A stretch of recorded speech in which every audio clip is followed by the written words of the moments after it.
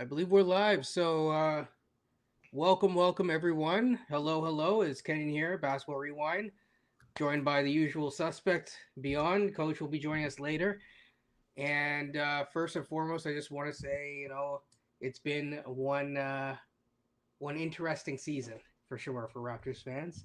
We're here to recap it, and then if we have enough time, we'll do a little bit of playoff musings, of course. First of all, Beyond, how are you doing? I'm good, man. Spring is here. I am very happy. Feels like that, doesn't it? Yeah. Oh, it is. Yeah. Definitely. That is definitely for sure. Yeah, I mean, we're definitely going to go through the entirety of the roster. I had to kind of review some of what was said in the pressers for like a second time. Um, Obviously, some interesting event. It was an eventful presser on many fronts, we'll say. uh which is kind of interesting, but I think it makes sense to kind of go back at the start of the season. I didn't go back and check out all of our our predictions per se. I do know that uh coach and I were pretty spot on with the record of 30. But I guess my question is if you look back at the beginning, were there questions that you had that were answered?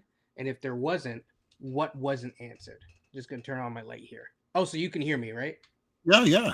Perfect. I'm great. Um, for the record, for the folks in this case, I'm not running from it. I had 27 wins for them.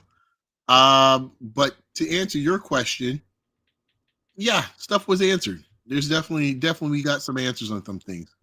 For sure. Some big questions we got answered, and I, I believe we have enough information moving forward that this organization should know what they need to do to get to the next level. Now, if you think the next level is just to get into a play-in spot, cool. Or the next level is just to make a playoff spot, great. But whatever the case may be, you're looking to see we have enough information ahead of us to find out how can we move on to be a winning team. I think that's the way. I mean, every single offseason, whether it's from an individual player standpoint to an organization standpoint, and sometimes that means taking a step back and reassessing things, or even for a year, like rebuilding, like we did now, or two. But you should come into it with a long term view of how do you move forward and build a winning team. Welcome, Will. It's good to see you. Um, Hey, what's up? and so, yeah, I think that that's one of the biggest things. For Will me, came in hot, man. yeah. Well, Will, I will get to your comment in just a second for sure. Will is certainly watching Detroit games. Yeah. Um, Wow. what I'm the what I Pistons was fan around this among this month. yes. To me, coming into the season, I remember us talking, and there was like two from a developmental standpoint. Yes, there's all the rookies that came in, but there were kind of like three major focuses of this year, right? Mhm. In terms of development, and that was number one, Scotty Barnes. Number two, Grady, and number three, it was going to obviously be Jacoby because that was the only number one draft pick that we had.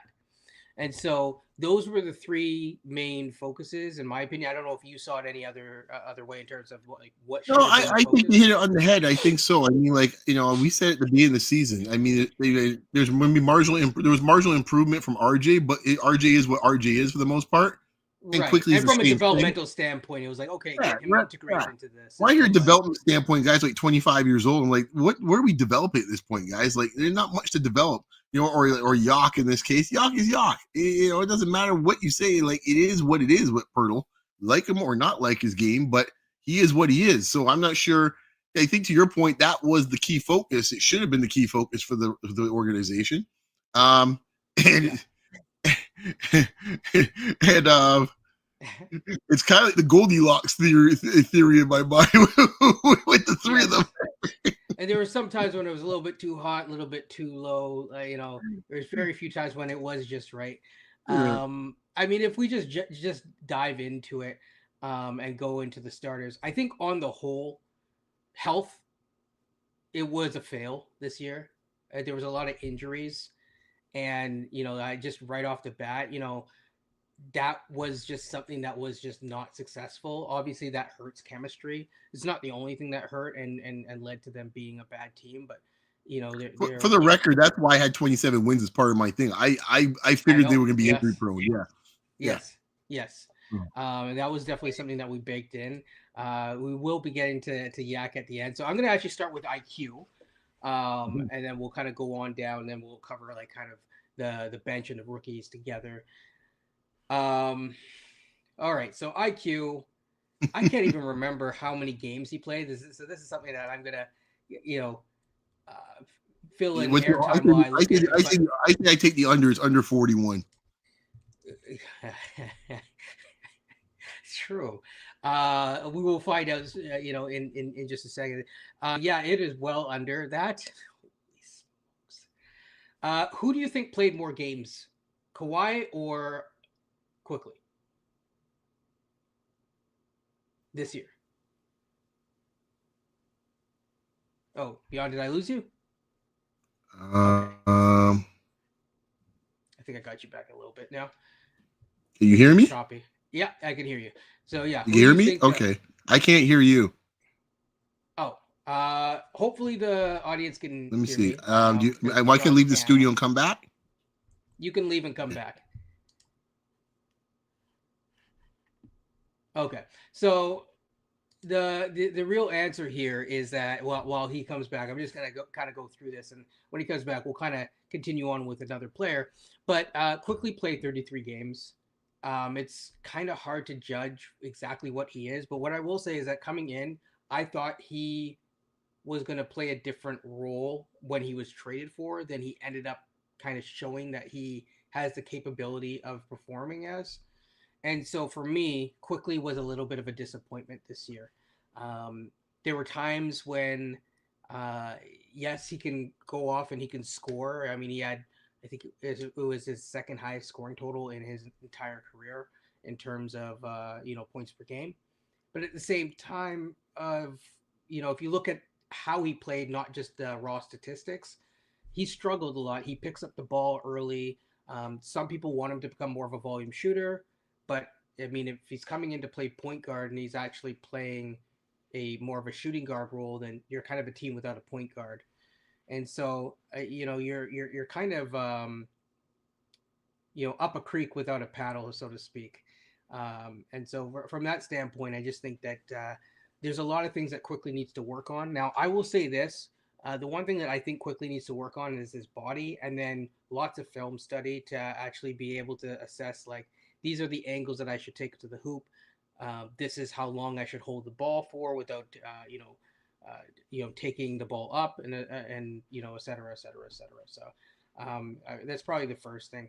Um, no, yeah, I'm really high on Jacoby as well, and yeah, we will definitely get to the BI thing as well because I even though he didn't play on the team, I do think it's important to talk about BI, what to potentially expect, and just kind of go from there. But I'm just gonna wait till Beyond's back. But the next person that we're gonna go through is probably gonna be RJ. So I just brought Beyond back up on stage, and hopefully he can hear me um, right here. And yeah, so Beyond, do we have you back?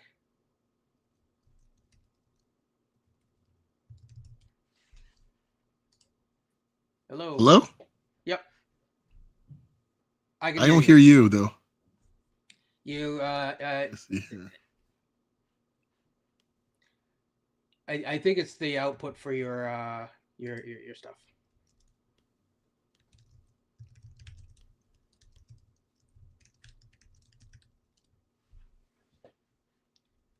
Yeah. So in while he's figuring out his audio, I'm just going to answer some of the questions. So IQ is the only player on this team that could do. Yeah. So in terms of the long term vision, IQ is the one that he has a path to actually be. I don't want to say useful, but like to work the best and be optimized in the easiest path. The challenge is though, it's like then you're still gonna be looking for a proper offensive initiator. You can kind of jerry rig something together, but to me, you're jerry rigging something together. Like it does have to be accepted that that is the case until we find someone else. Maybe it's Harper. I think Cooper Flag could do it, but in a different way. But that's more of a long term view of things. But we'll definitely see. When Beyond can speak, I'll just let him speak. But yeah, ironically, yeah. So I think that in many ways, as a playmaker, he's worse than Fred. But he's a better pull-up shooter than Fred, so it's like you change the sliders around, and he's a variation of Fred in a way. Yeah, that's a very good comparison, just in terms of the style of play. Um, Not what Fred was defensively, of course, though. Now RJ's the next one while I wait for Beyond, um, and he's the one that to me is probably the most interesting. So I have some of the stats up right here, and this is what was interesting to me. So on the whole, he actually, just from an advanced analytics standpoint, he did actually improve defensively. He went from negative 1.4 to negative 0.4, I believe. That's an improvement, but you're still a negative defensively. Now, a lot of that improvement came at the end of the season, and you're going to hear that a lot from me as I go through these different players. Is that a lot of it is end of the season, people improve, but also you were playing a lot of different rosters on the opposing side that were just tanking. And so, how do you take that in and make assessments moving forward? So, yeah. Again, by the way, Coach will be joining us at some point. I'm not sure if Beyond's speakers are working or not, so we'll sort that out. But yeah, also chat if you want to chime in, whether it's Will, Effie, anyone about RJ as I continue on to Scotty. Scotty is probably going to be the next person on down. Um, or I could cover Grady. But yeah, I think the key thing here is that as we go through, Scotty is going to be a big component of all this moving forward.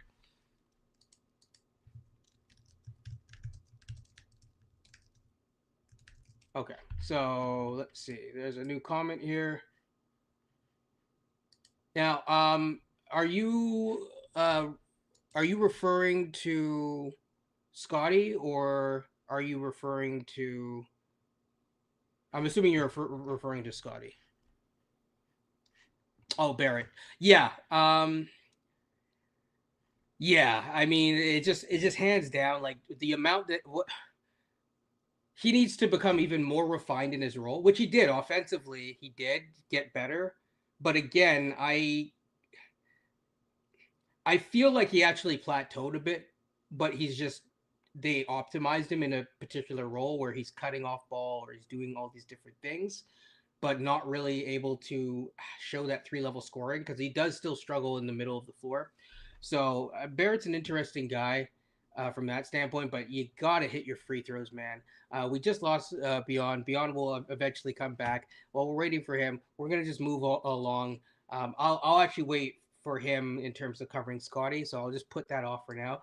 Grady is the next one. So Grady on the season, I thought Grady actually had a really good season. I was really impressed. I'm actually pulling up some of his advanced analytics right now.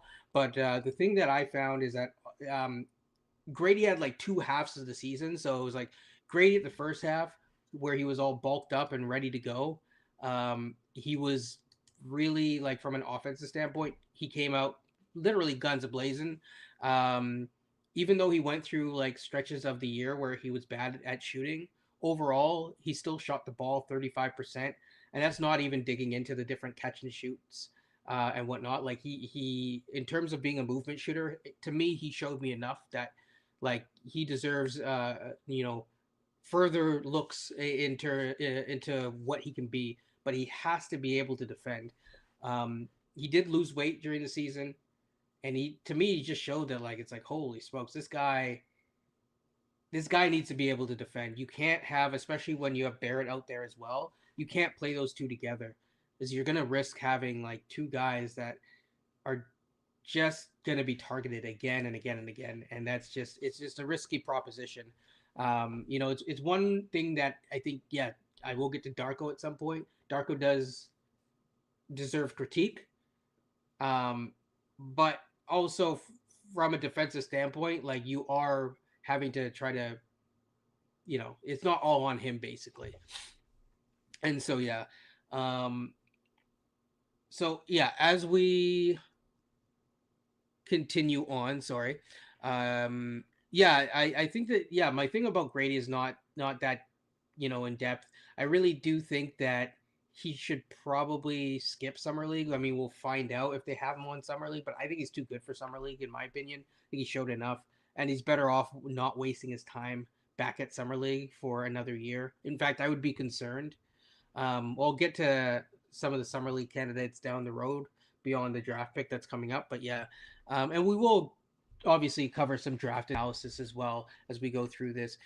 I'm gonna get to the comments that each person made at the end, but one of the things that I thought is that of the three guys that I talked about just now, like both Emmanuel, Quickly, Grady, I don't know why I said Emmanuel quickly, but Emmanuel, Grady, and RJ, all three of them, I left the press conferences feeling positive, like they knew what they needed to work on, and that's always a good thing.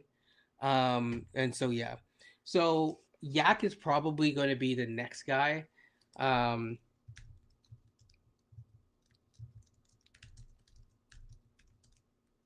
Sorry, I'm just trying to get the technical difficulties worked out. So Yak is probably the next guy that I'll cover. Now, to me, Yak showed that as much as he can be limited in a lot of ways, he demonstrated that he has value on the court and he can be one of the most consistent players. I mean, if you're actually just grading every single player and you're looking at who was really the best person and had the most impact on potentially winning, or I should say not losing basketball games, Yak would be the number one guy. Ironically, the way that they were using him at the beginning of the season though was gross. It just was bad. I mean, they had end of games where they were like isoing Yak for whatever reason on the perimeter. Just bad possessions. Yes, I know Darko's a young coach, but like, there's really no excuse for that when you have at least Barrett, on the court. I think Barnes was in and out of the games at that point in time, but yeah,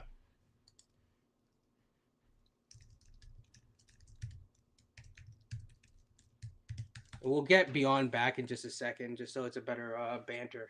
Because I know people don't mind me speaking, but it's probably a lot better and a lot more interactive when there's someone else here. At the end as well, I will open it up so if people want to come up and join, if we're not getting enough stuff, yeah, feel free. I will put a link in the description at some point, or pin it to the comments. And if people want to come up, definitely come up. Really quickly, just to take a break, I'm just gonna go. So yeah, watching Cade lead his team in scoring, Mobley win Defensive Player of the Year, and we are still hoping that Scotty. Yes, that is true. This is true, true, and true. Um, I think actually Cade and Mobley might also both be on the All NBA teams as well, so that'll be interesting. I think Scotty, as we kind of weave our way into Scotty, as Beyond's coming, um, I find that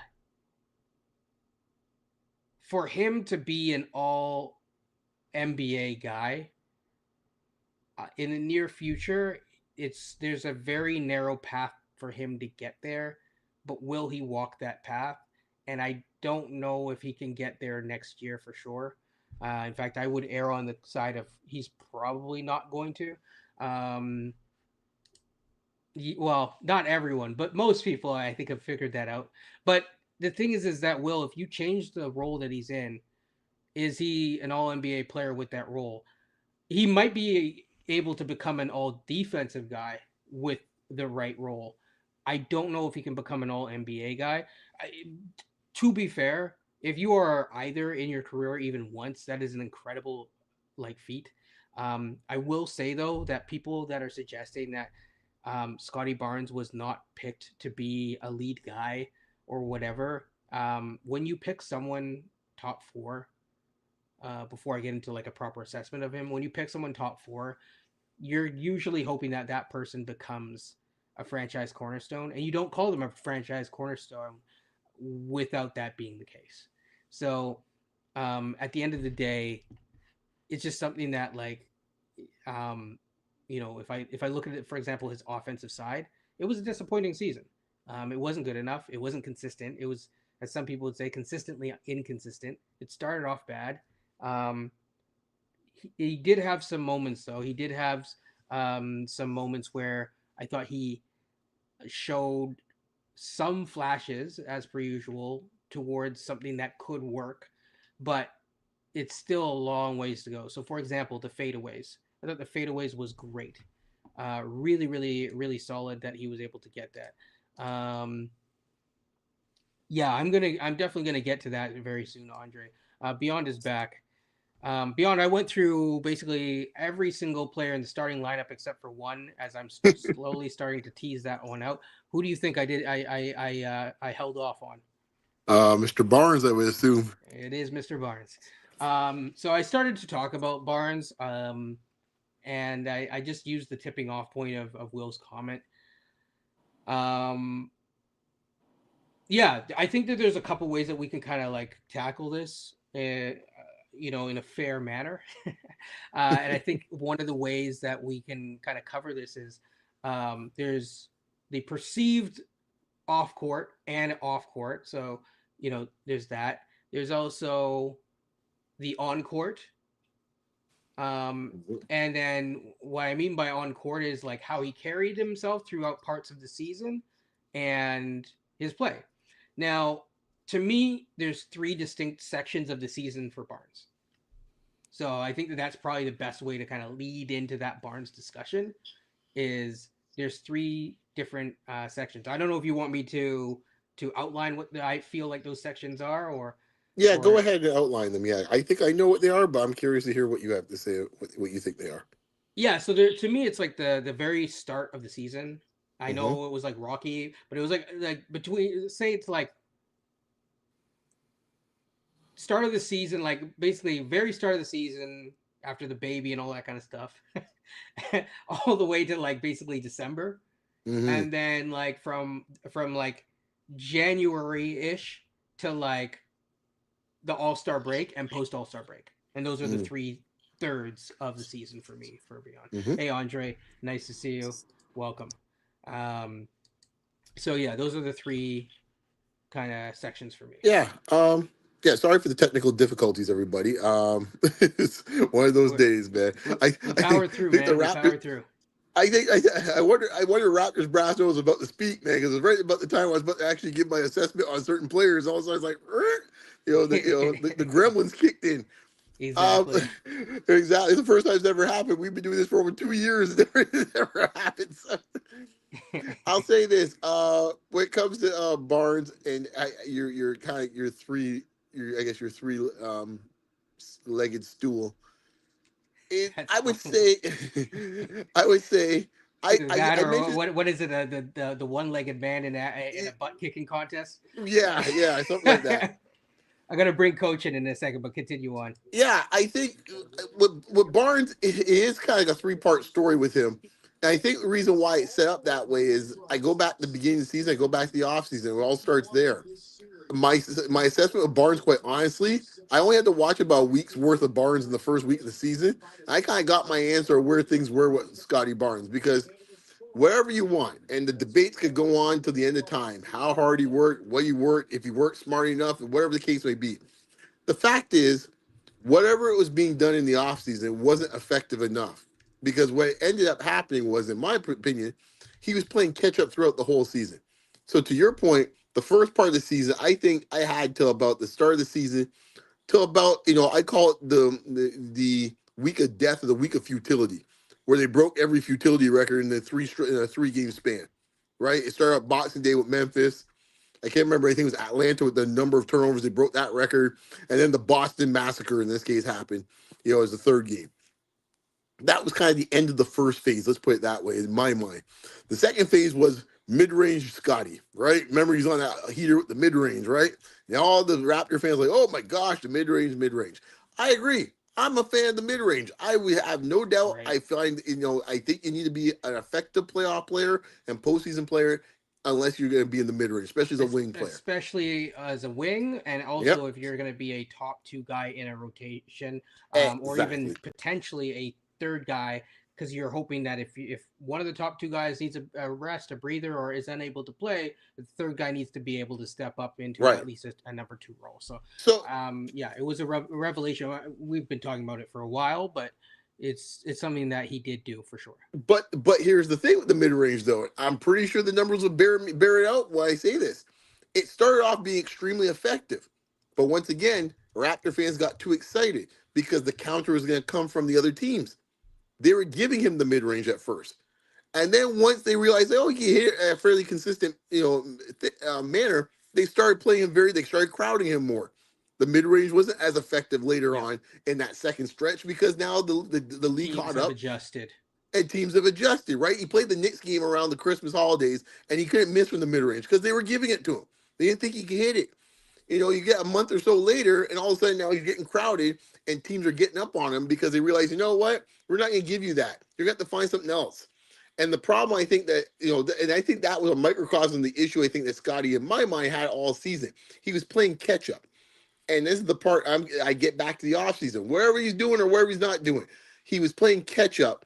And in this case, when the league adjusted to him, it's like the Borg in this case for you Star Trek fans, man. In this case here, man, they adjusted quicker than he can handle it. The shields had to get modulated a little quicker. He wasn't able to Yes. modulate them.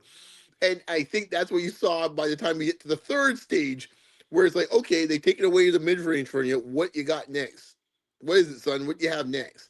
So And I'm I think looking that's just where the now mhm. at his mid range. Now I'm looking. I'm not taking out parts of the season. I'm just looking at the season as a whole. I'm just looking at the shot chart, and it's interesting. Like now, some of the ones are more lower volume, but close to the hoop on, I guess, the right hand side of the floor, um, like right around the baseline, he shoots 60%.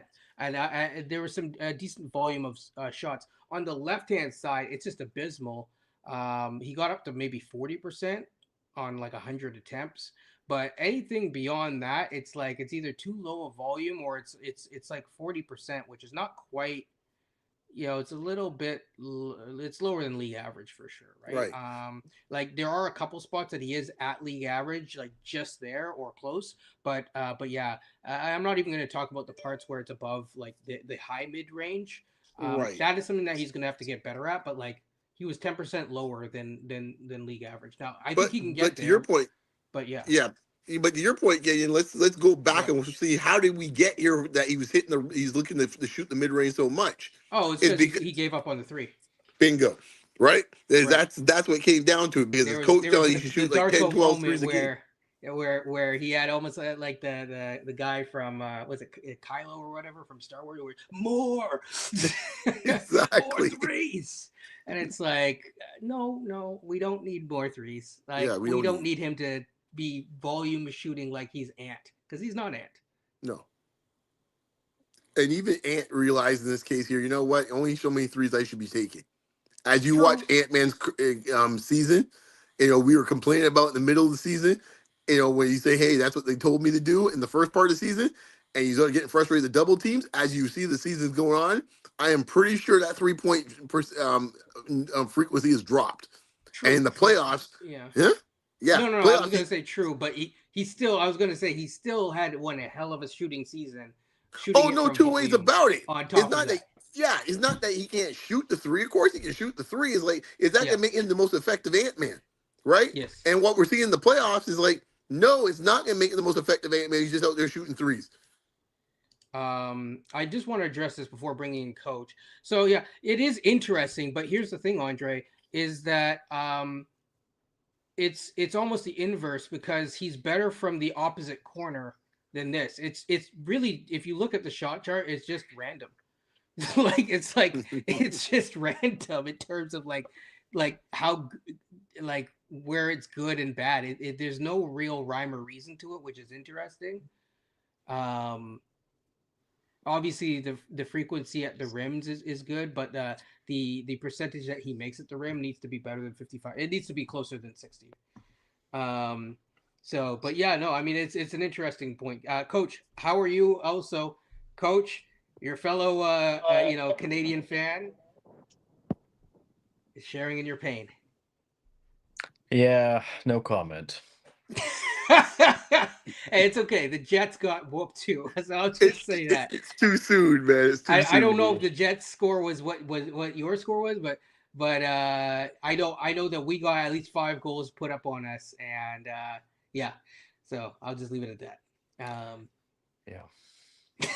Damn. It hurt. It hurt. It hurt tonight. As James posted, it hurt. But I'm kind of heard a bit of your conversation on Scotty. What was the original question?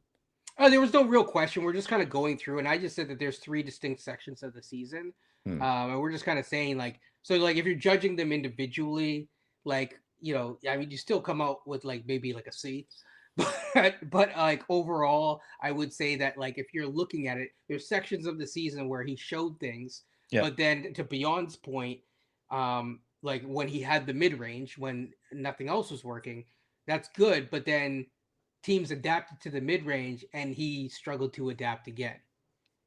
And of course, we saw that in the last stretch of season from an offensive standpoint. His, how do I put it? Yeah, like it just, I mean, you saw a stretch of games where it was like 9, 9, and 5, which is just not sufficient. So I think he shot 44% from the field this year. Ouch.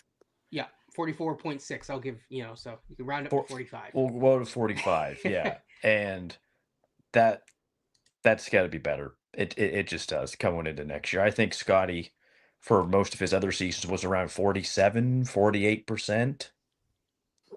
I mean, if you just look at the frequency of like where the shots are coming from, I mean, even just around the hoop, he took 438 attempts. You like he's, even though he shot more from 3, he still shot so many shots from inside that it needs to be better, especially at the rim. So yeah, I think like this is probably something I'm just now mulling over as you two are speaking, but I think Scotty's biggest issue right now is that Scotty's suffering from an identity crisis in my mind. He's trying to figure out where he fits and what he's about, right? So like he was trying to be Mr. Scorer in this case at the beginning of the season. And then he wanted to be kind of like Mr. Passer at certain points of the season. And then I think by the time he got the last third of the season where he realized that as an offensive engine, it just wasn't working. So he made the comment about being Draymond Green. So he says, I'm going to be the glue guy and be Mr. I guess, what they call it, switchblade or whatever you want to call it in this case, utility tool. And I think that's what he kind of ended up being. Swiss Army knife. That's the phrase I'm looking for. I couldn't remember which knife it was, but that's why I think he ended up landing by the time the season was done, where I think he just said, okay, I'll just be this guy. And I think in some ways, Ingram coming next year, and depending on where the ping pong balls fall, it might be best for him that might be the best, it might be the best thing for him. Because I think right now, what, going back to your initial question before, we had the technical difficulties, that was one of the questions that got answered for me. Because the biggest question coming into the season was, what is and who is Scotty Barnes? Yeah. And I think we got the answer to that. Honestly, I don't think we got the answer personally. Huh? You don't think I think we know what and who he isn't. Oh, I think we got you don't think we got the answer? No. I Not completely. think so. Because if we had the answer, there still wouldn't be a debate. That's what I'm saying. I don't think. I think people would like that there be a debate. There honestly isn't a debate. Yeah. There isn't a debate. You know why I know it's not a debate? It's the old saying, is like, watch what they do instead of what they say. Right? Yeah. Okay. So when I see the GM and them saying, no, we want to tank. No, we want to tank. And at trade deadline, we are getting Brandon Ingram. It is telling me what they think. Right? Because if you had Scotty Barnes and he was the player you thought he would be, you wouldn't be out there looking to make a deal for Brandon Ingram. You'd be looking to fill out other spots. Right? You'd be looking for front court help, perhaps. So they are saying it without saying it. Like, the way that I look at it is, if the season ended up, and I've made this point before, right? If you had the same season and the same record, but the way that you got to the record wasn't off the backs of like Bruce Brown, And Chris Boucher. and Chris Boucher getting you like 6 wins at one point because Chris Boucher was just going crazy, and instead it was Scotty Barnes going crazy. And it's not about the points; it really is not about the points. But it was like a consistent. It's almost like the Il Mago 13 games where it's just like, holy smokes, this guy's No, like you just want killing it. no, but when it's all said and done, it isn't about the points. But in a way, it is about the points because it's like you want him to be an offensive like engine, and he proved in this case he cannot be that. That's Can why you I be said an when you said offensive engine without scoring, without being a primary point scorer? he hasn't proven that. He hasn't proven that No. either. I mean, beyond him. I mean, just in general. Is that something that exists in theory? For in theory, for a player to be an offensive engine, Yeah. Like, can you yeah. just be the ultimate passing No, when I say guru offensive machine? engine, what I'm saying is that you are the person that is kind of the old saying straw stirs the drink. You are the one that is initiating the offense and making sure that everyone, for example, you're commanding double teams to get your other teammates open. You are I was gonna making say passes in Jason this Kidd case. existed. Right. It doesn't even have to be a guy, the passing guy, right? So you take in this case here, for example, look at Kawhi Leonard the other day, right? Just Kawhi Mm. Leonard's presence being out there. He commands a double team, and he's a good enough passer. He doesn't have to be Magic Johnson for him to create open shots. James Harden, same thing. So you Scotty have to be Barnes a has threat at some level. exactly. Scotty Barnes Minimum, hasn't yeah. reached that level yet. So when we're talking about To and what create I'm the saying, advantage, and because he right, doesn't the create the advantage, right? He's advantage. supposed to be the guy that's Right. supposed to be creating the advantage. Not Okay. not remember I made a joke when we watched the Cleveland game together Yeah. and Grady drew two You're and, talking and about gave the Sky a wide first open game. three. And Are I you talking about the tweeted out the first time, game? huh? You're talking about the first game. No, in the first game. The second game was in Okay. Cleveland. We watched at the restaurant. Right? Yes, It's yes, around yes, yes, it was yes. just before the holidays, around the holidays. And I made a joke and I tweeted it out, and some guy got upset with me, but I didn't really give a damn. But it's like, because what I was saying was like Grady drew the two. Grady did Yes. not come into this team to be the No, he one to didn't. demand the two. It was supposed to be the other way around. It's supposed to be Scotty to command the two so Grady could get open look. But in Yes. that game, Cleveland blitzed Grady and left Scotty open for a three. He hit the three, just for the record.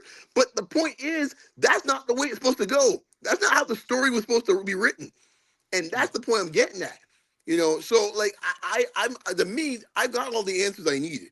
I don't need any more answers. I hope this organization, and based on the actions they're taking in some ways, I think they have their answers, but they're being coy about it because they're always worried about public relations. So they don't want the Barnes Brigade going down their throats and stuff like that. But they are already saying what they're saying. They are begging for a top four pick, and they're begging They for didn't Brandon beg Ingram to be enough. quote Brandon Ingram. So Bobby Webster said it in the press conference that they got Brandon Ingram. Coach has mentioned it a million times already since then. Yeah. Coach can give it to you verbatim. What did Bobby say about the players? Who likes to do what? Brandon Oh, likes to score and Scotty likes to pass. Bingo. yeah. We will get into the future, by the way, but not just yet. And I'll talk about the future just by truncating it a little bit. But yeah, Coach, I'm going to bring you in now. Your thoughts on Scotty Barnes' overall season? There are after you're done, there are a couple points that I want to make. Well, I want to get my man Grady and some of the other fellas here a I little bit already quicker. you missed those. I'll make my thing quick about Grady, man. I gotta give me my man some love, man. Okay, But you do hold on, Coach. coach Coach first. first. Coach Yeah, first. coach first. So offensively, I was a bit disappointed in terms of the growth that I was hoping from him from year 3 to year 4. Now, from year 2 to year 3, I did see the growth. He went from about 14, 15 a game to about almost 20 a game. He expanded out. Now, much of that was playing with Siakam when the numbers went up. I get that, but I think there was a little different level of confidence when he was playing. And then this year came around, and kind of like what Beyond said, I've already seen this. I didn't really see one offensive skill that I thought got better in mid-range. Yeah, a little bit better. But the 3-point numbers went down a lot. I know he's got to work on his handles more. I think the defense this year at times was good. I think that was one of his main parts. I thought they got better. Mm-hmm. And I say that because I think I figured I know more now of what he's like defensively. It's still the offensive part. I'm wondering, like, how much more growth is there going to be offensively? And if there's not, then at least you know what he is, I guess. And if there is, fantastic. Like I came into the year thinking he's going to average about 22, 8, and 7. And that would have been 2 more points Sorry, what don't he wiggle averaged that. in I year remember. 3. Yeah, Yeah, I I said, just remember us having this yeah, debate. So yeah. I yeah, went Um, 1 point lower than he had last year, so I think I'm bang on. yeah. I I think last year yeah. was 19.9 Yeah, roughly. I I was think I had like, him at 18 a game yeah, or 19 eh, a game. I think. yeah. And now, mind you, I get it. There were some challenges this year, but it's going to be interesting to see what his numbers are going to look like come next year with Ingram on the team. If they're going to go down, if RJ is still on the team, RJ was the leading scorer this year, about 22 a game. Quickly, a full season, if that's possible. Grady's development. What is you're still a little bit in. There's a big question mark still a little bit about the offensive game, Yeah. but Oh, we'll okay, see. okay. So this Well, is where we gotta well, get down to brass tacks now, in right? terms of Because Scotty or Grady. in terms of Scotty, because Okay. coach is hitting on the part that no Yeah. one wants to talk about, right? Because this is the Okay. part we gotta talk about. How much longer are we giving quote reps to Scotty? Well, remember we had that I don't remember if it was a live or a video, but I just said like next year are you giving is Scotty the number one developmental person? He And I can't said it's be. not. He can't be Yeah, anymore because he he's can't be. now on your next contract and so like it's just the way of the world, folks. Like you are, you can't develop someone for like 7 years. So like a lot of the developmental work, obviously they will give him information to work on, but he has to, do a lot more of that in real time and figure it out and do a lot of work this summer to be ready to go get moves and get counters to whatever comes at him this year. I'll be And honest that with you, is Scotty. asking a lot. I mean, yeah, you're asking to force feed Scotty Barnes, who arguably on just a pure offensive talent Oh, standpoint. I'm not saying that they're going to force feed him because like Oh, I'm saying Ingram's here. that's the argument that some would make is like, oh, we got the development. You're asking to force feed Scotty Barnes in this case at this point, who's arguably on an offensive skill standpoint. I'm not talking about who's a better player. I'm just talking about offensive skill, Yeah. the talent. It's probably about the fifth most offensive talented player on this team, and that's not even counting the first round draft pick we get. Sorry. He's not more offensively Nah. talented than Grady. He's Are not more you offensively just talking talented. about offense or overall? I'm talking about who's got skills and who got bag. He's not more like offensive talent Okay. than IQ or Grady No. or RJ or Ingram or No. Jacoby Walter. None of them. And then you have the first round pick that comes in, and if God forbid it's one of the top 4 that we're talking about, add them to the list. No, he's not. Yeah, I mean So he definitely has the body for it, and that's the thing. a But lot of guys, yeah. that only looking like a Adonis only takes you so far. Um, I feel like this is OG we're talking about. I feel like it's like 3 years ago we're talking about OG. It's the it is same like OG, discussion. isn't it? Yeah, it's the same Um, conversation. Well, I think with Scotty though, it's the expectations. He's got the franchise tag. And they've said that, right? And he should have it. I think, is he living up to their expectations at the moment? Or is he not? Is this what they expect? Just take us out of it for a second. So that's why next year, because next year the rebuild's done. There's no rebuilding next year. I yeah, agree. but they did that to themselves though. They didn't Oh, have of to get course they Exactly. Ingram. did. They No, they did. if they didn't get Ingram, it'd be a different conversation. And like you're buying yourself as well as Scotty Barnes, frankly, more time. But this, you know what this shows me that not only just in terms of the Messiah factor, Messiah is not a patient man forever, No, Nope. and he's also hinted to that a lot of right. times. So No, That's why but I said watch what they do. all these guys are in year 5 next year. Him, Mobley, Green, Cade, Franz, The third. the Trey Murphy the third. yes, I think these Jalen organizations, Williams too. Jalen Williams, like he be in year 6, I think, but um no, sorry, he'd be going in No, year 4. He was same, 22. same. He's same. Yeah. I thought he was the same draft year as No, Scotty. I think he's 2022. I think Okay. so. But a lot of these guys they're entering their primes. We're gonna Well, have that's this. the That's it. That's it, coach. Exactly. You're entering your prime. There's no more time to Yeah. wait around.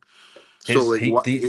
yeah, these Hmm? guys' seasons from year 23, 24 to like 28, 29, probably going to be their best years. Yeah. So Uh, Andre says he doesn't agree. There's still I think that they are saying that what don't you agree with, Andre? I just wanted you to flush that out if you could. But yeah, sorry, continue. well, I would go back. Okay, I'm gonna make my Grady point really quick because I know I missed out with the technical. I'll just say this: it is for folks in this case who want to jump on Grady. Grady's a second year guy, as we all know. For folks, this is the part that frustrates me with Raptor fans. I wish Raptor fans had as much attention to detail about Grady Dick's game as they do for Scotty Barnes. I really wish that. The amount of critiquing that's going about Grady, about what he could do, how he could defend, how he defends, what type of shot selection he has. I wish they would have that type, in this case here, that type of fervor, that type of rigor for Scotty Barnes. Because in my mind, if you double your point total from one year to the next, and you show me in this case here skills that I expected, I'll be honest with you, that didn't surprise me, but I know a lot of people are shocked, but it didn't surprise me one bit. And I'm sitting there going like, okay, this guy's dropping 30 plus games. I think we made a joke and say like at the rate he was going at, he might have as many 30-point games as Scotty already, Yeah. right? And I'm sitting there going like, and all the people are doing is picking about, oh, the defense this, the defense that. He's a year two player. His defense shouldn't be great. And quite honestly, this roster, which we've discussed a little bit, and I mentioned it yesterday in our chat group with a bunch of other Raptor fans, this defensive roster we put together has not been built for defense. So good luck trying to make Grady Dick into a good defender. So overall, I am very excited about Grady for next season. I am concerned about the minutes that Grady's going to get because this goes back to our Sky discussion. If you tell me you got to give 2 extra shots to Sky or give those 2 extra shots to Grady, I want the 2 shots to Grady. Like I'm Well, not, I'm and to not, be I'm, fair, like if we're going with Bobby's notion, those shots should not be going to Scotty because Scotty likes to pass. yeah, exactly. I'm just going with what the I man hear you. said. I He hear you. spelled it out for me. He I said just hope this they dude follow don't through like to with it. shoot. Then the dude Yeah, said I'm Draymond. Okay, ergo you pass. No yeah, longer but you shoot. see, Give uh, shots to man who shoots. right. Man But who I'm just gonna be shoots. blunt with it. Right. We know they're saying a big thing, but if Scotty starts to pout in this case here, and then Darker's gonna start bending over backwards to give Then him a bunch of remind him shots. of this is what you said. Draymond. Be Draymond. It's just like Draymond's a Hall of Fame player. I'm not saying that. I agree with that. I Draymond mean, was the engine that actually made the Golden State Warriors secretly work. I hear you. Hey, you're preaching the choir on this. We singing from the same hymn book. So people are upset. Like I don't know what to tell you. You know. Yeah. In so terms of, I don't think he's good. I think he's going beyond the starting lineup. Um, I think it's more of like where the distribution is going towards. But yeah, the one thing I will say is just defensively, really quickly, um, going with the 3 portions of the season for Scotty. I thought that a lot of people focused on the latter 2 portions than the first third. The first third was not good defensively either.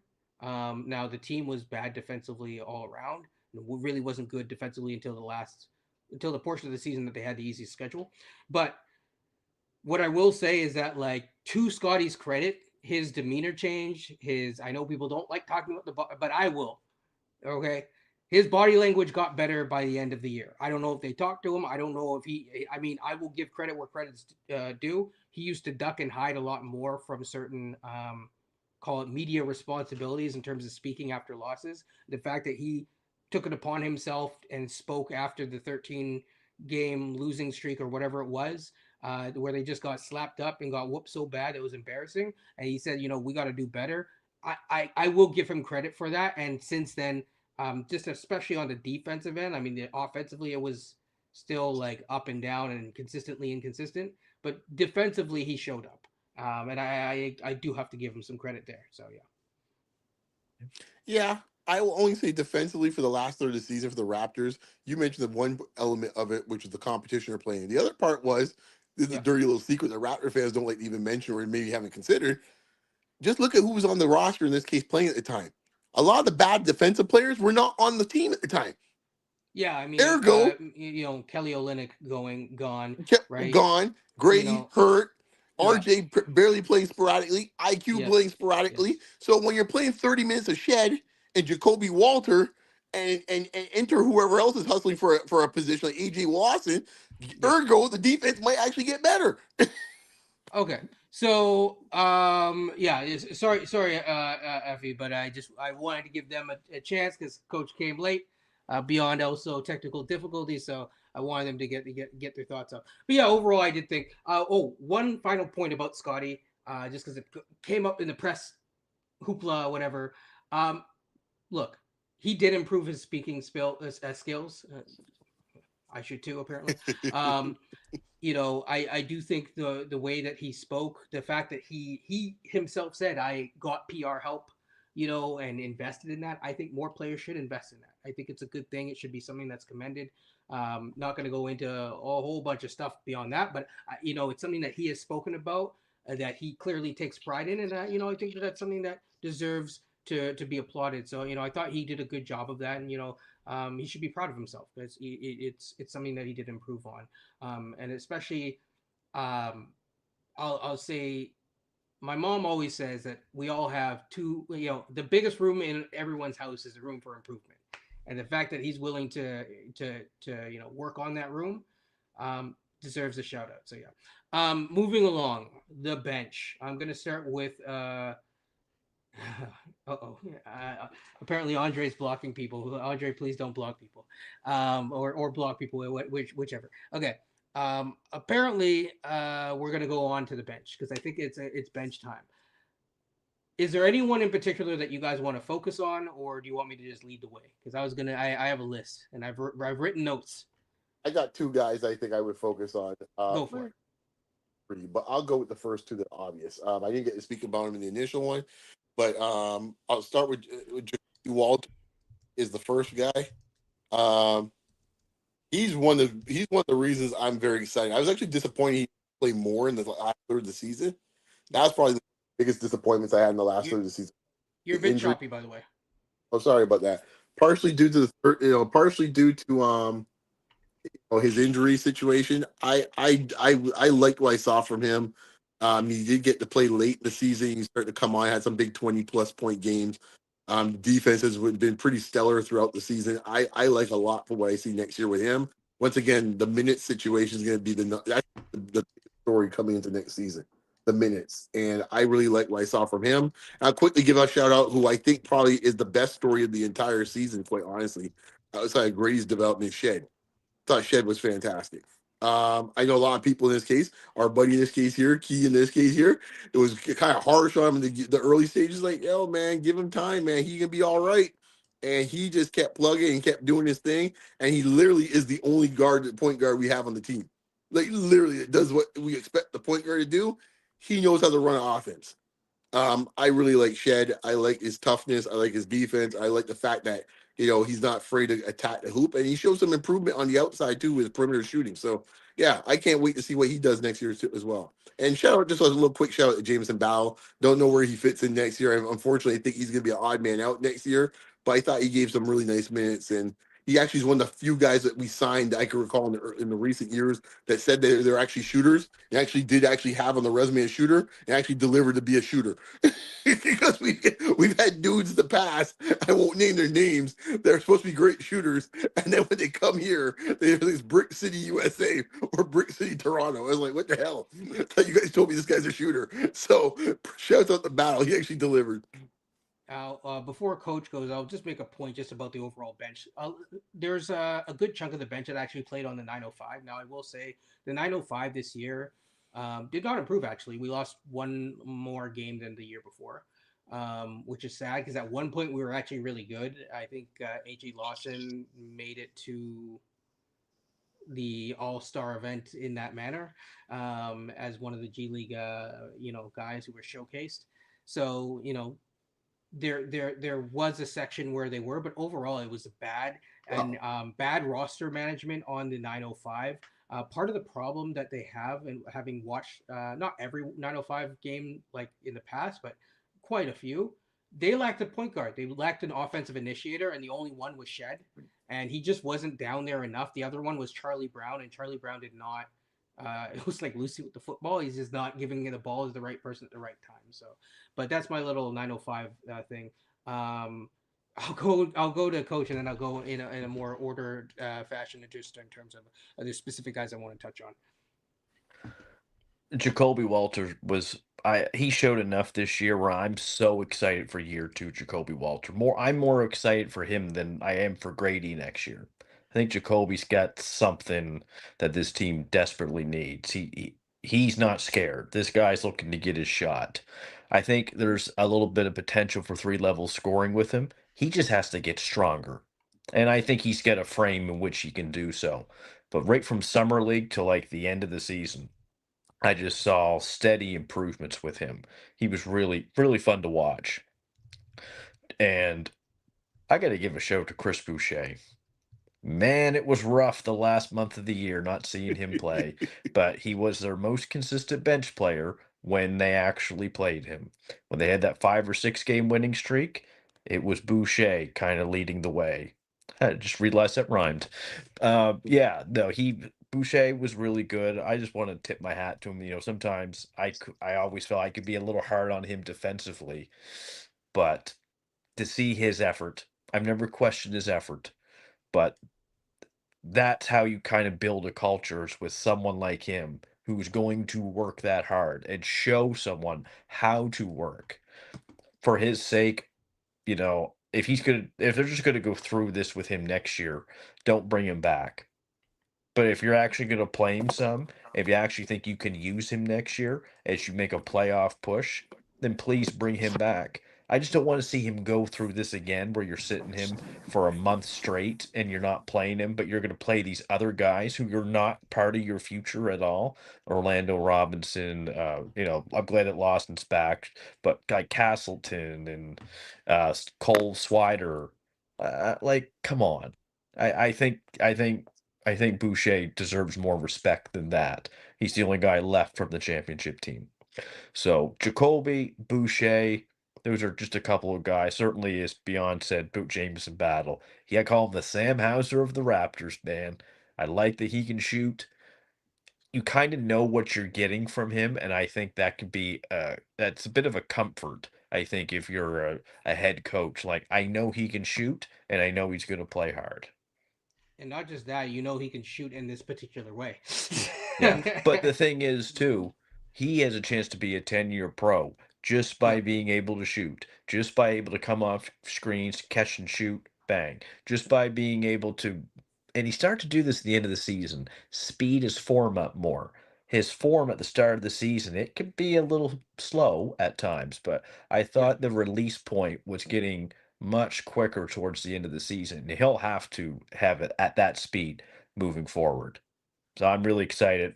Raptors are an organization. They have to find these guys, undrafted guys who can contribute for a variety of reasons. You need them. You need them financially, so you don't just add so much to the cap. But you also good to find some of these guys are really hungry to get into the pros. I feel like they got passed over, a la Fred Van Vliet. So it was good to identify. Battle's one of their first, I think, players they've identified in quite a while that's undrafted that had a chance to be in the rotation next year. We'll see. For sure. Oh, there you go. Yes, JD, you've been talking about battle for a while, so yeah. I mean, you both made great points. I think the people that I'm going to kind of focus on is going to be Ochai for starters. Now Ochai came into the year. The way that he was in summer league, I wasn't sure if he was going to be in the league. Yeah, Like it was that bad. it was bad. And it was bad at the end of last year too. So he was worked on and worked with the coaching staff or whoever, however, whenever, and he showed that he can be a rotation NBA player. In my opinion, I like talking about where people are in rotation. So he's probably an 11 to 15th man in a rotation, but he showed that he can be a rotational player on an NBA squad. I think that he has limitations though, like a lot of other guys on the roster, and it's like where he's one of the questions where it's like looming where I'm like, where does he fit in? He's 6'4". Okay, I know some people say that he's more. I heard someone say that he's more athletic than Jacoby. I don't agree. I think that Jacoby has shown higher flashes overall of and in terms of the creation that Jacoby it was has able to demonstrate, plus the age. Um, I would pick Jacoby because Jacoby actually, from a defensive standpoint, showed that he can punch up defensively. Ochai is yes you know Effie's point. Yes, Ochai was one of the better defenders on the team. I wouldn't say he was the best defender, but I think he was one of the better defenders on the team overall. But the team sucked defensively. Yeah, I actually would say Like, I the actually team think stank. Ochai is a better athlete, but I think you made the point about Jacoby's better at creation than Ochai is. Yes, Ochai's standstill shooter. I mean, Can, if it's like who can jump higher, in yeah, high jump, probably Ochai, yeah. sure. He's But stronger too right now, but we need to see Jacoby fill. Ochai's also 24 or 25. I Jacoby's was 19. yes. So let's see him fill out a little bit more because they're around the same height. I think they're both around 6'4", 6'5" ish. Yep. But I think Ochai, as of now anyway, does look like he's probably the better athlete. But the and creation and aspect is no, it's not close. and he just turned 25 as of the 20th of April. So just There not you that go. long ago, actually. But yeah, so like that's kind of where it is that if I'm projecting out long term, um, you know, the person who is he just turned 19 or whatever, the younger one, until we end up with VJ. I like it. I like it, JD. I like it, JD.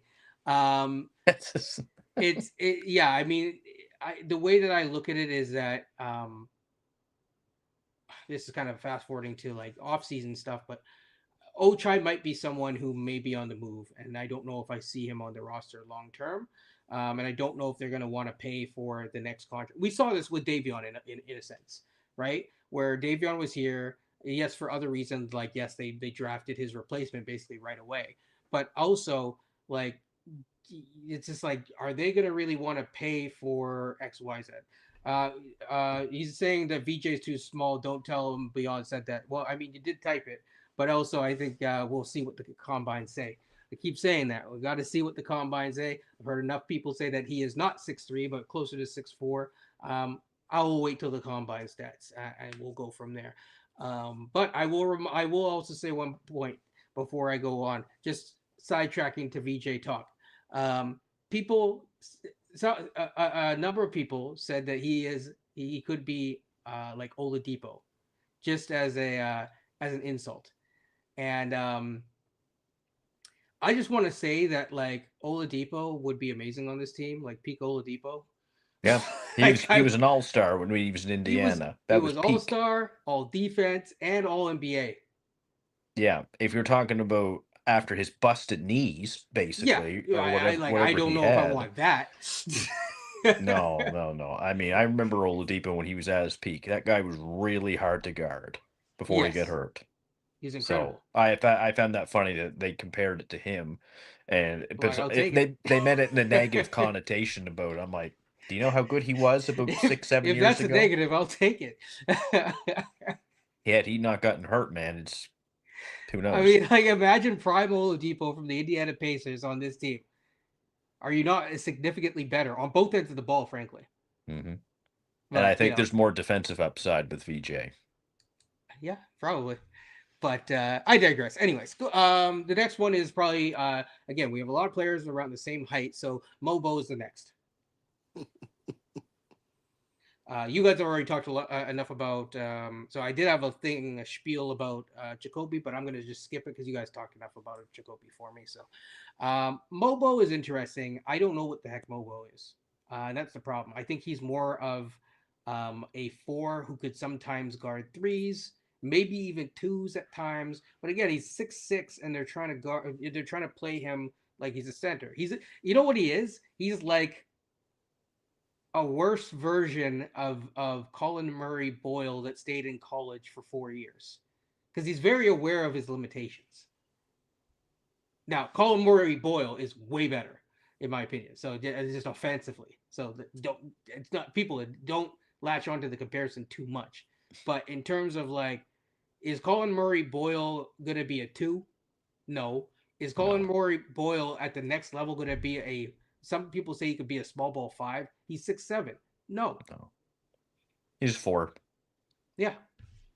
So I think Mobo's a 4 too, but like yes. offensively, I'm taking the last game or two out of the season because they're you know you're not really playing for much at that point. But Mhm. offensively, at times this year, it was a little rough in terms of uh, creation, ball handling. I think he's got some decent.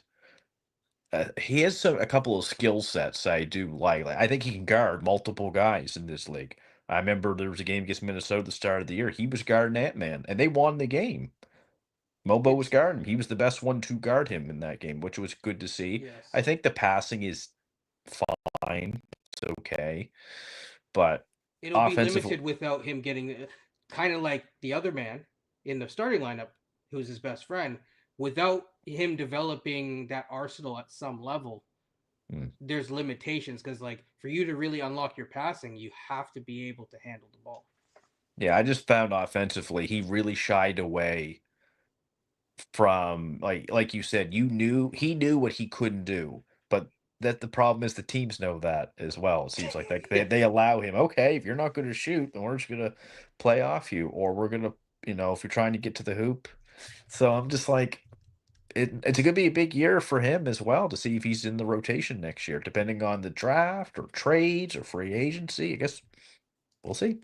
Can he become like Jerace Walker?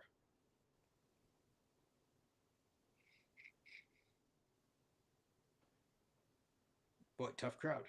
Yeah. Jerace Walker actually could score somewhat. And he had, he still struggles. Like he and he averages still struggles, right? six points a game. I mean, and at least and Jerace Walker is a little bit younger, so it gives you a chance he might be able to grow some more. This is the problem I don't get with guys like Oh, I Ochai. think he's done growing, man. That's what I'm saying. With guys like Ochai and guys like him, is like we're drafting these guys that are pretty much already reached out to their maximum capacity. And then we have folks saying, like, oh, we give them some more time. What more time? They're gonna be at 25 next year. What more time do you have at that point? There is no time. And the part that frustrates me, and I guess we'll get into this when we talk about the future, I keep going back to the word minutes. Minutes, minutes, minutes. And I'm Yeah. sitting here as I'm listening to you two talk, I'm like, where are the minutes coming from? Why are we sacrificing minutes in this case for guys that really should be getting the minutes? So yeah. Now before we go further, when do you guys want to cut this off? Just so I could stay track of on top of the time factor. So Well, I mean, is there anyone else on the bench you wanted to go through? yeah, there's a couple others, but I just wanted to make sure because there's other You things know, that we could talk about. we did well. We technically we just got here, so like Yeah, that's true. I just didn't want to, So if you more for guys could go you. for no, yeah, true. But if you guys can go for like another half hour, Yeah, I'm down go for it, ahead. whatever. So if you guys are down, if you want to go, let me know. Yeah. So yeah, I mean, you already made my point about Boucher. Honestly, Boucher, and Andre mentioned this in the chat. The sad thing with Boucher is that he should have been traded, and ironically, he might end up costing us that pick. He might end up costing potentially a job. But yeah, I think that's really the challenge with Boucher is that like, um, if I were Boucher, I would move on, get the hint. At some point, like it's like they don't really like you like that. Like literally in the end of the season, it was like, yeah, like we wanted to see other people. Like, okay, well then listen to what they're saying, man. Like, time to move on. So, I mean, I don't think that they're gonna overpay for Boucher to stay here as a person. I don't know if Garrett Temple is gonna be here next year, but apparently he wants to be here. But at some point, you need to mature as a team. So there is that. Chomsky is an interesting one, but it's hard to talk about him. Chomsky, Now The I yes. jumpy. if like I watched his 905 games enough to say he really did improve. He's got a long ways to go, but he did improve. But the hope is that next year can he carve out like 5 to 10 minutes consistently on the regular rotation? I think he can, and that should be the goal. And if he doesn't reach that, then you know, that's not good. I am curious if he is going to. I mean, I did see him walking at some level in the Congo line and whatnot, so I am wondering if he's ready by the time summer camp or summer league rolls around. Because to me, that's really the question: is can he be healthy by summer league? Because you want right now, the more basketball that he's able to absorb is the better. Yep. Battle, I think we could skip on Battle.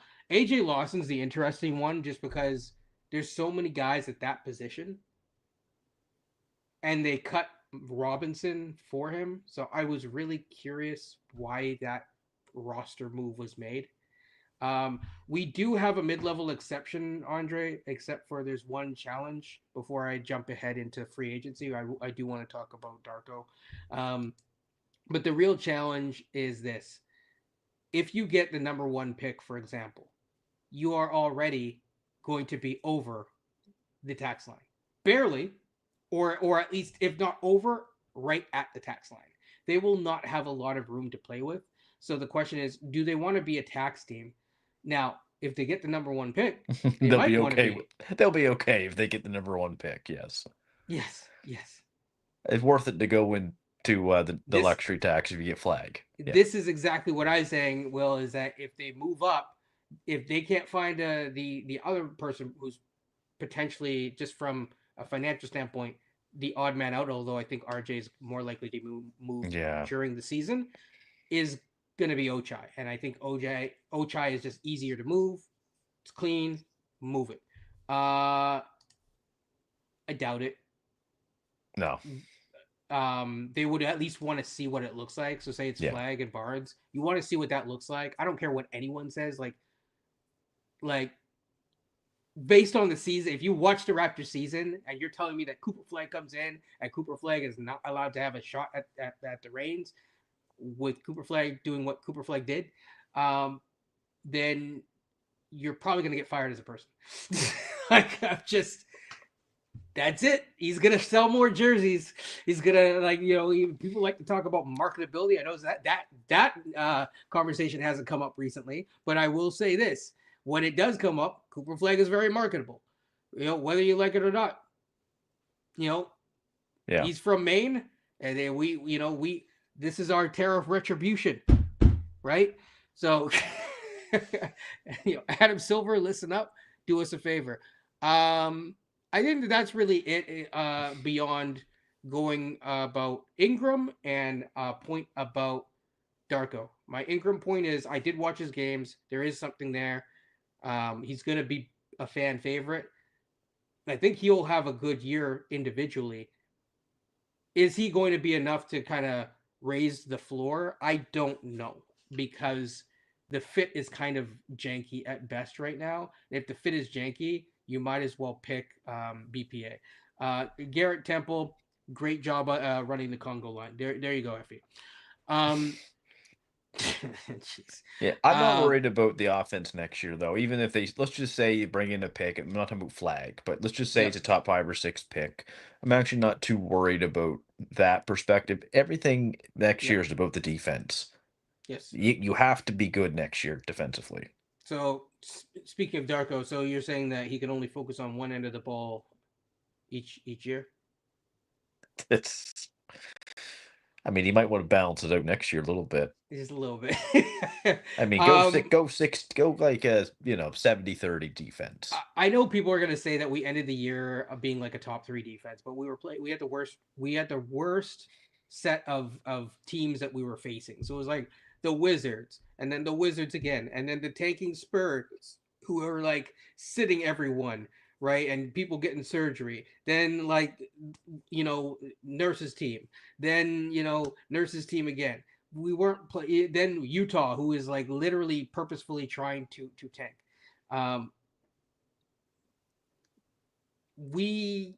It's hard to ascertain any sort of positive numbers and project them into next year with any real validity. It's just not going to be there. Some people could say the starting lineup is key, and I would say health is key too. And right now, when people are getting injections late in the year, doesn't give me a lot of faith moving forward. Not saying that they won't. I got to see it first. So I don't know, but we will see.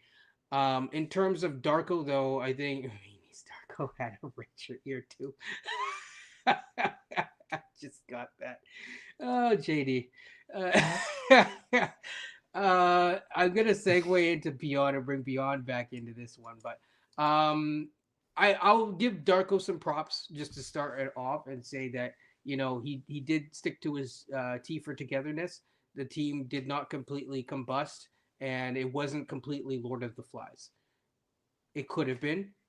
It wasn't the absolute worst case scenario. However, I do also have to point out, as I segue to bringing Beyond back into this, Darko started off the year so bad that a large portion of the fan base wanted him fired by December. So there's that. Beyond, your thoughts? About what, Darko? Yep. I mean, I made my thoughts clear about Darko for the time he got hired. I think he's a developmental Yes. coach. He still is a developmental coach. I don't see where. I don't get how people think that we're going to be a top 6 seed next year when Darko hasn't shown to me yet that he actually knows how to actually run a proper rotation. I don't think Darko's figured out yet actually how to run proper defensive sets yet. I don't think Darko in this case has generated offense in this case that can actually rerun at clutch time. So I would like to know exactly how this is going to translate next year. I am curious to see. The most fascinating thing. There's two things I'm looking forward to seeing next year when it comes to Darko. Three things actually. One, the relationship between he and Brandon Ingram. I'm going to find that fascinating. I'm just going to watch to see how much that thread gets frayed by the time we get to Christmas. Two, if the first round draft pick is one of the top 4 picks we're talking about, how he manages that individual and the minutes and the rotation and how that plays with certain players, that's going to be fascinating to watch. 3, how's he manage the expectations for Scotty Barnes and what he wants from Scotty Barnes next year? Because it may not be the same role. We discussed it earlier, and Scotty may not like that. Scotty may say one thing, but Scotty tends to act a different way. So what I mean by that is Scotty I think Scotty's wise enough to understand what his role is, but at the same time, he don't want to give up the power and the juice. He still wants kind of the glory. Like, no, I still want to be that dude. But at times he realized like I may not have the skill set yet to be that dude. And I think I think he's fighting an identity crisis, but trying to see how that works out next year when there's a lot more mouths to feed is going to be fascinating to watch how he handles Scotty's emotions during that season. Right. Yeah, I think I'm gonna flip it to Coach, but I think that those are really good points, especially how he manages the personalities now that Ingram's coming in, plus the new draft pick. Like, if that draft pick is a top 4 pick, and he's gonna bring that pick up off the bench, there's gonna be a problem.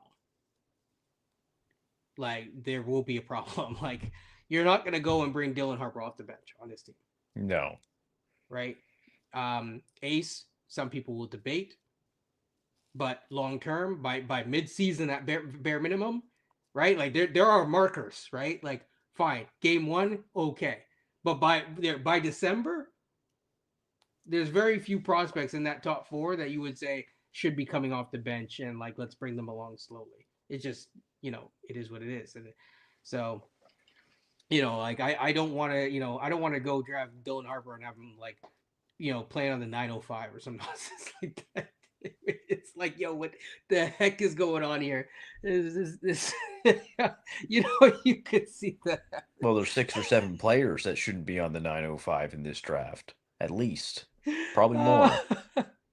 We'll have to go to I'm not 905 putting games to go watch Dylan Harper. I'm not putting Or VJ in the 905 or Holy Fears or smokes. Derek Queen. Like, come on. Oh my goodness. Minutes. Malawat shouldn't be in there. I'm quite honest with you. JD and I had this discussion yesterday. I chuckle a little bit when Kenyon mentioned about my man Chomsky getting 10 minutes next year. And I'm saying to myself like JD That saying should that be the expectation, though.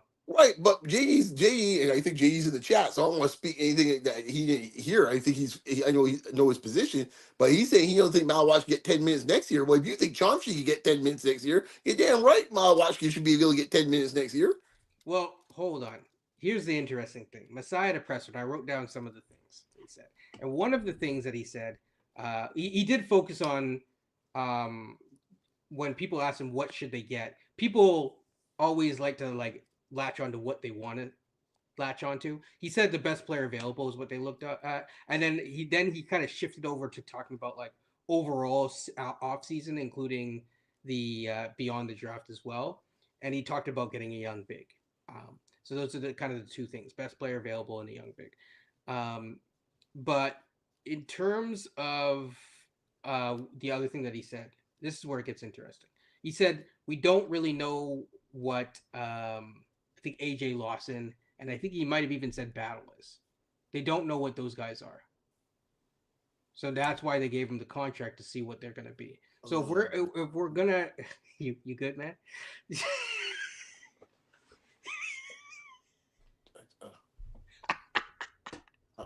I'm just saying what he said. Oh my gosh, man! Like, what he said. No, but think of what you just said, though. Oh no, I know what I said.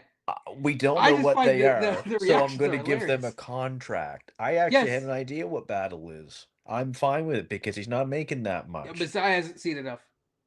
Messiah needs to see more. But this is the point. Oh, I'm shaking my head. Name me any other franchise. Pick the franchise. Can you imagine right now?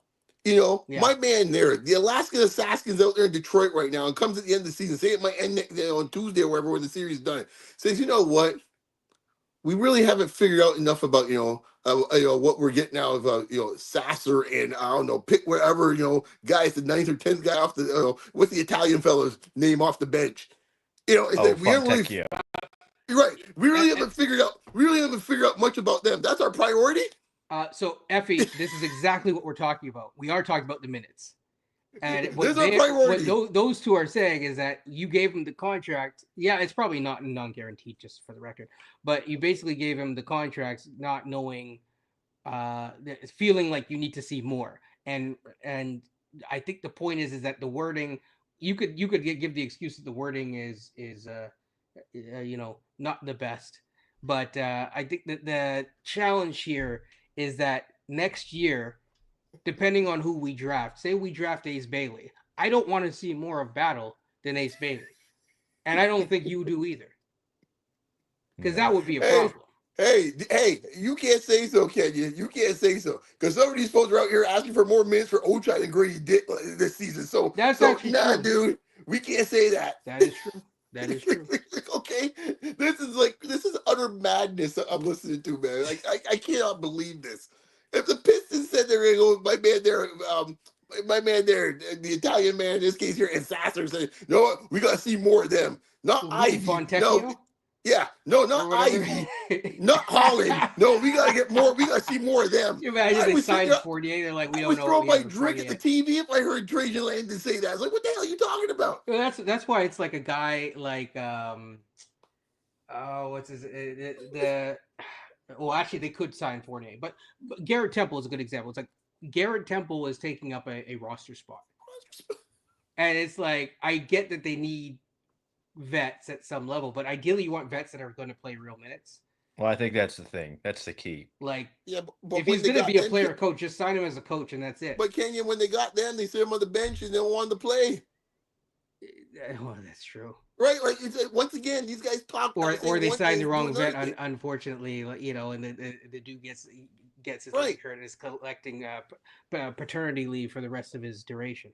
I've never seen a franchise and a fan base that focus on so many non-essential people. It comes down to the big picture. Yeah. It's amazing. Yeah, I mean that is one thing is that I do think that a lot of people like to focus on end of rotation players. That folks' face is going 40 minutes talking about Malachi Flynn. Like, what the hell are we doing? This is the madness these people are talking about. Malachi Flynn's getting a 40-minute, a 40-minute, presser my in this case in the gosh. space. A good example of this is like the beginning of the year where guys like Chomsky got more shine and more talk and more airtime than Jacoby Walter. You remember the Mobo talk? It's like, hey man, Mobo's gonna be the biggest thing since sliced bread. Like, what are we talking about here, people? Can you imagine the Lakers sitting down here? And the Lakers here just drooling in this case here. Oh, Hood Shafino, man, this is the year for Hood Shafino. What the hell are you talking about? A Laker fan be sitting there going, This is the year. I mean, so yeah, so he's pushing back. He's saying Bow's essential. We're not saying that Bow's not essential. It's more like the minutes. Okay, no, you speak for yourself. He's not essential for me, okay? You speak for yourself. Okay, what I'm saying is in terms of essential, Battle can be on the roster. That's fine. The problem is that when you have the GM saying that he has a priority over someone like a Grady, or potentially whoever the draft pick is, right? Or frankly, anyone in the starting lineup, they should not. Ask Effie, he thinks in this case here, if everyone's healthy, is he going to get in a 9-man rotation? He thinks that Battle going to get minutes? How many minutes? Is he going to get minutes in a 9-man rotation if everyone's healthy? No, because Jacoby and Grady will get those wing minutes. That's right. So once again, the term of essential, is he essential then? No. The answer would be no. He is not essential. And then whoever that pick is, I'm just assuming if we fell and stuff like that. You just mentioned 3 dudes there plus the starting lineup. That's 8 guys right off the top. JT. What do you say? I can't. I'm gonna bring it back up. Was it someone so hyped about Chachi created a video on it? Yeah, okay. Yeah. You know what? I'm just also gonna say. I mean, people. Who was the dude from the Spurs that we signed? I don't even know the dude's name. The white dude. Oh, Castleton? No, the dude that shot a bunch of shots 2 years ago after we signed Will Barton. Oh, Wieskamp. There we go. See, I didn't even know the dude's name. And we have people making videos, like 10-minute videos about Wieskamp, about how he's the second coming and stuff like that. This is nonsense. We got. I think focus. I would rather have Scotty Barnes conversations for the rest of it. They talk about someone who is probably not going to crack a upper portion of a thing unless the apocalypse. I swear, I asked you guys in this case here. You guys need to do a white paper on Raptors fandom on their obsession on non-essential players. Is something to behold. I've never seen anything like this in any other fandom. I'm a fan of Shamshi. I don't want him in any rotation. I think it's too much for him. Take another year to see what you have for him. If that means 80% of the G League next year, fine. But my goal for him is to be a third string center next year on the team. That's my goal for him. Exactly. But coach, what Kenyon and what JD's saying, what I'm saying is, you got folks out here got like fangirling out here for Chomsky. Like it's like it's like he's the next coming of the Messiah. Like they act like Chomsky is like the key to the future. Yeah, it's like we got the next Hakeem Olajuwon just sitting there. Sam Merrill's essential for. Okay, you're trolling. Yes. Well, and here's the thing: Chomsky is a project. He could be a power forward. He could be a center. He could be. He's a project. You draft him 57. That's a project. That is exactly the key. Is that like at some level, you can only have so many projects all at once, and we can't keep hoarding them like the people from the TLC shows where you go into the house and it's like, what the heck is that? You need to clean out this room here, man. I'm curious to ask you, Kenyon, how many projects we got on this team now? I mean, okay, I'm not gonna say the names. Why not? Why not? There's at least 4. 4? I would say at least 4. At least 4? I didn't think we had that many. Okay. Yeah. Who would you say is a project? What my definition of a project? Chomsky's a project. That's one. Yes. Yeah. I would say in this case, in theory, the first round pick would be 2. I'm not including the first round pick. Okay, fair enough. Let's remove the first round pick. Yeah. So Chomsky 1. Honestly, I think at this point here, I was gonna say, according to some people Raptors Twitter, I remember that lady that was saying that Boucher's still developing. yes. Honestly, be honestly, I Oh think my I would say okay. goodness. The Let me put man's it this like way. 32 and someone says he's developing. Like, Walter's probably the closest thing to next to the disrespectful, man. project, maybe, and Mobo. Okay, yeah. Those three, maybe. I think Shed is what Shed is. He'll just get better, refine it. But I know what Shed is. I don't need to worry about Shed. Okay. Shed's not a So project to me. that's three already. I'm Okay. not even sure if Walter's a project. I'm giving like two and a Well, I would half. say he's a project because he's still, like I think it's fair to say a first year. Fair enough. Okay, so Like, okay, three. okay. Three guys.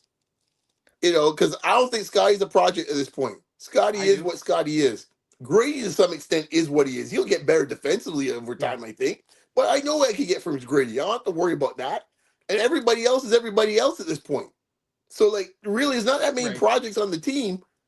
And, like, so I'm looking around. I said before, I got Jacoby's a half a project. I just think it's. What about Ochai? Isn't he a project? No, he is what No. he is. I'm just teasing. Yeah. Yeah. Like Mobo's barely a project. He is pretty much what he is already. Like Mobo's barely He a is project. actually, and I still also have for him a little bit of a project, though. My definition yeah. of Shamshi is exactly someone who's just raw and you really get to refine and teach. And look, there's nothing wrong with every team needs a project guy on the Agree. team. I think Mobo also could be in that category to a degree, offensively, anyway, maybe not so much defensively. Um, those are probably the two that I would say. Because, like Mhm. you said, I know what I'm getting from Jamal Shed. I don't even know if I'd consider Jacoby a bit of a I project agree. because he's just got to get stronger. And Okay, he's so we got have two. We consistent have two. minutes. Yeah. So Yeah. I guess my point, as we shift into like off-season talk and like looking forward into the draft and stuff like that, I don't know if I would want to draft. Say you have Salon. I would be afraid of drafting a Salon. No, I agree with that. Right? I don't want another major project. Is what I But I guess what think I'm trying to that's say. what I love about this draft. I Yeah. think this draft has so many guys that are so refined. See, we're going back into positive land. Yeah, man. I love this draft for I'm this. just kidding. I'm Because just there's kidding. not a lot of projects in this draft in the top 10. Yeah. The I old most of the dudes in the top 10, I know what I'm gonna get, and they're gonna contribute right off the bat. I don't have to worry about we gotta teach them how to drill, we gotta teach them how to shoot. I don't teach them none of that. Yeah. There's only one project for me in the top 10. I don't mean this in a negative sense, but I it's know, here we go. Malwatch. Here we Malwatch is go. Oh, I thought you were Malwatch gonna is say Noah Sanga. No, no, it was no, always no. Malawai. No, he's the only one who's a bit like he needs work, but my thing is sometimes with maybe his upside, you might take a chance on that because that might pay off really well in the end. Yeah. Can't teach 7-2. You can't teach the way that he could probably to me looks like can protect the rim. You can work on his rebounding, you can work on his strength, you can work on his shooting. Yeah. All right. So, okay. There's one thing before we get into prospect art, really quickly. My whole thing with Masai this year, you got to show clarity.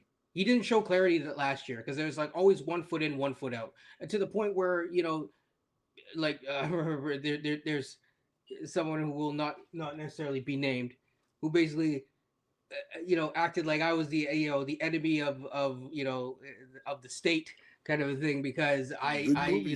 dareth I say that they should be tanking. Only Messiah can say that they are tanking. Harumph. Even though at the beginning of the year, like it was, oh yeah, thanks Grange. We'll take the word rebuild. I sometimes I don't know if people fully listen, but that's a whole other thing for another day.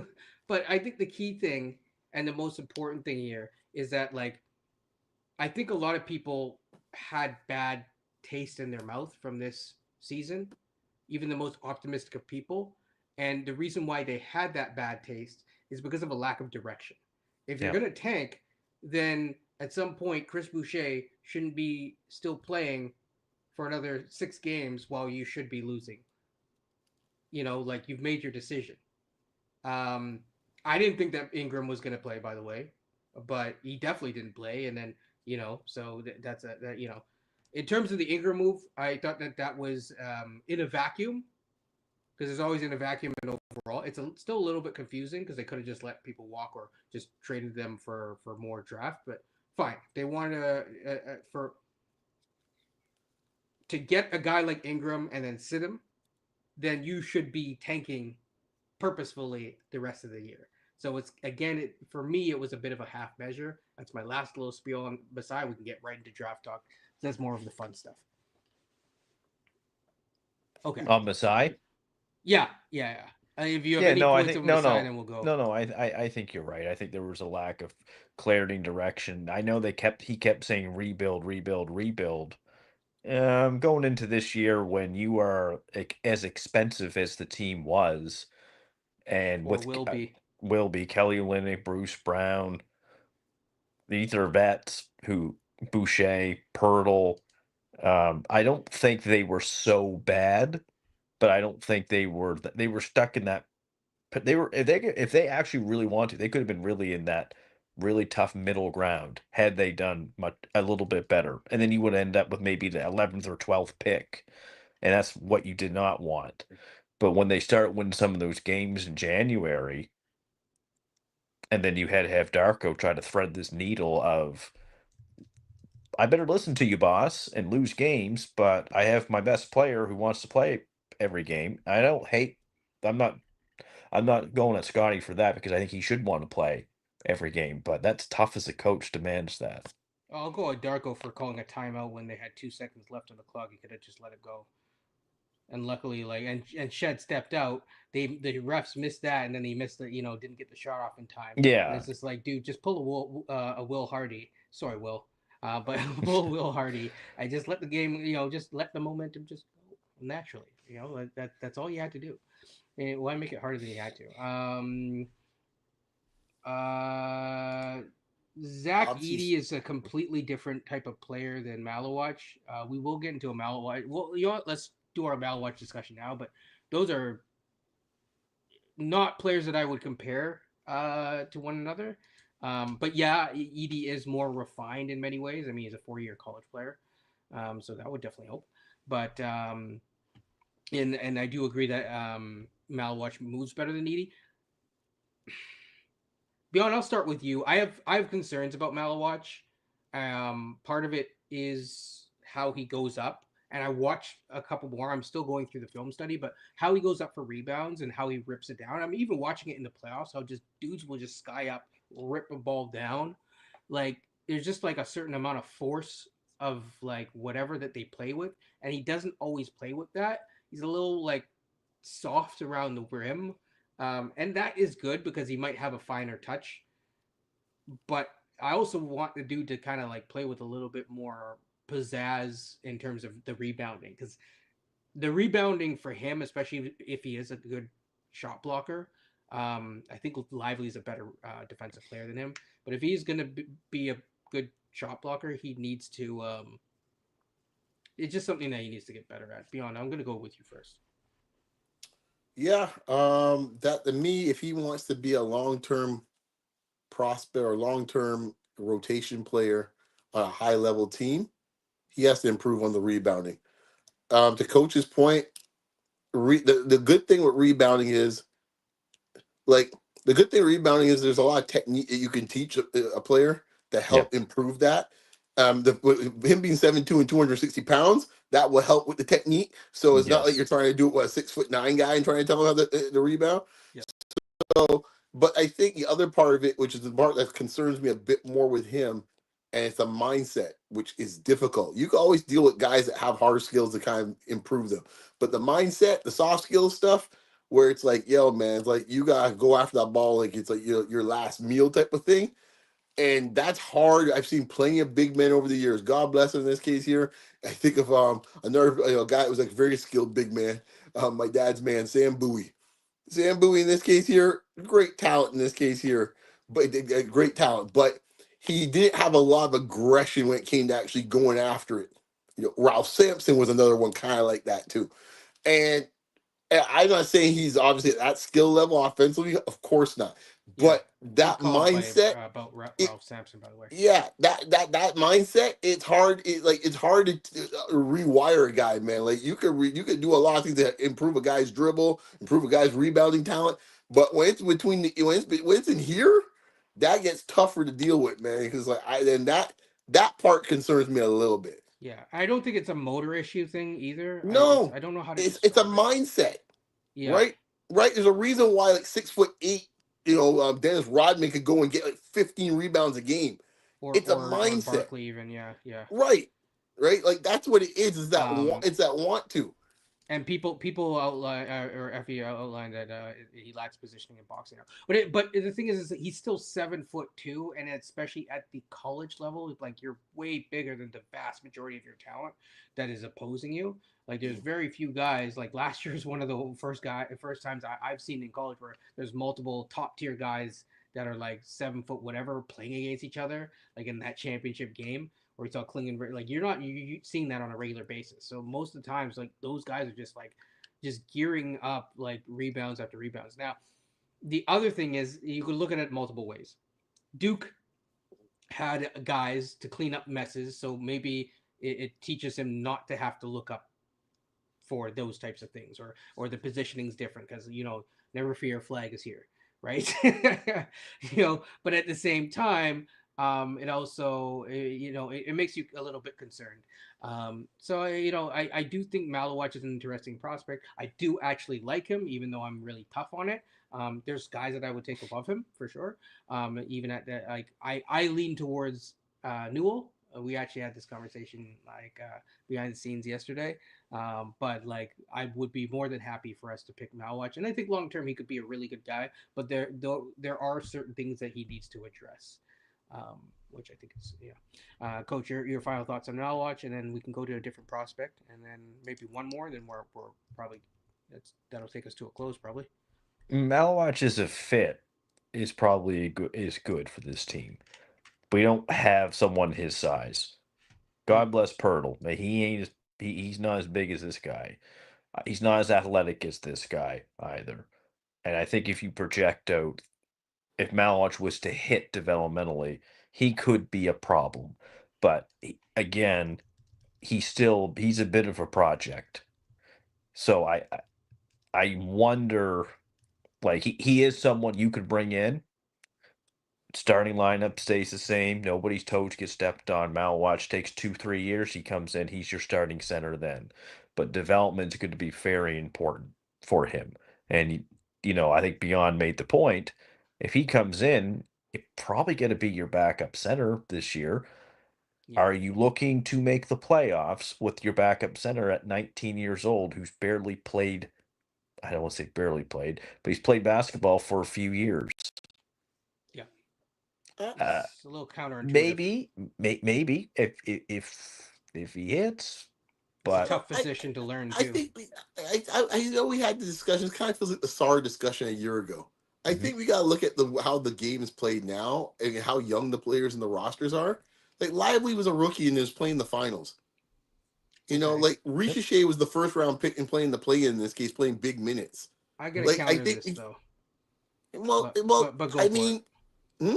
No. I want you to finish the No, point. I just think that fair enough. I mean, Chet obviously a much more developed player, but like whatever the case may be, young players are going to get minutes in this world that we're in, especially bigs. Yeah. I don't think there's any issue if he gets 15 minutes. He's going to do some great harm for the Raptors. What over Orlando Robinson? Like that's what we're worried about. Like that's the thing. I'm sitting here wondering, when I hear the discussions being talked about. Oh, you got to go in the G League in this case, like. What's our alternatives? Guys we've been playing this year should have no business being on this team. Yeah. Like, Castleton and Orlando Robinson and whoever else we picked at center. Like, come on. Anyone sitting on this chat right now or in the sound of my voice, tell me, would you prefer Malawatch getting those 15 minutes or Orlando Robinson or Castleton getting them? Well, I think the thing is that if for that specific point, that wasn't the point that I was going to counter, but about the specifics of where the minutes coming from, it depends, right? Because if Pirtle's going to get 32 minutes a night, right?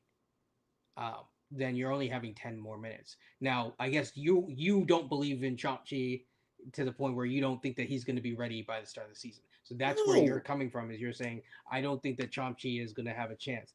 I am of the mindset that they will probably, because they know that they have the time with Malawatch, they will try it out with Chomchi and end up at Malawatch at the end of the season because Why are we going through because this is what we do. We take the Oh my hard way. We gosh. do the evil Knievel thing. Name- We do a flip on a motorcycle, land it, So stick the okay, landing, and so we end up at the right, same location where you could have just walked so across, so or like literally like press push, or like taken the elevator up. this is utter Of course, madness. Blackhawk, I know you can rock with that because you like the most difficult, like evil Knievel This stuff. is utter madness. But Can you yes, imagine Washington last year taking some 57 pick dude, just random dude, and say, you know what? We'll give those minutes to you, and we'll just let Sar marinate back here in this case. You're like, what are we doing? yes. Well, this is where the importance of direction and evaluating quickly, which I keep harping on, is very important. But here is my counter in terms of like the Malwatch discussion here. If he is used, and Will actually brought this point up. I don't know if Will's still here, but if he is used as you suggest, where he's in the Pirtle role, Pirtle is asked to do a lot on offense. Probably, well, not even probably. He even said it himself. He's like, I'm not used to doing this. In other words, ergo, translate that to, um, I wasn't built for this role, basically. And Chomsky ain't a passer like that. He doesn't have those reps. It's going to take him time. We ended the season off, right? For all the talk about the defense, we ended off the season as one of the worst defensive teams. And frankly, when some of the star players were out there, we were worse. We were worse. Yes, right. We were worse on the court. But what the hell are we paying Darko for then?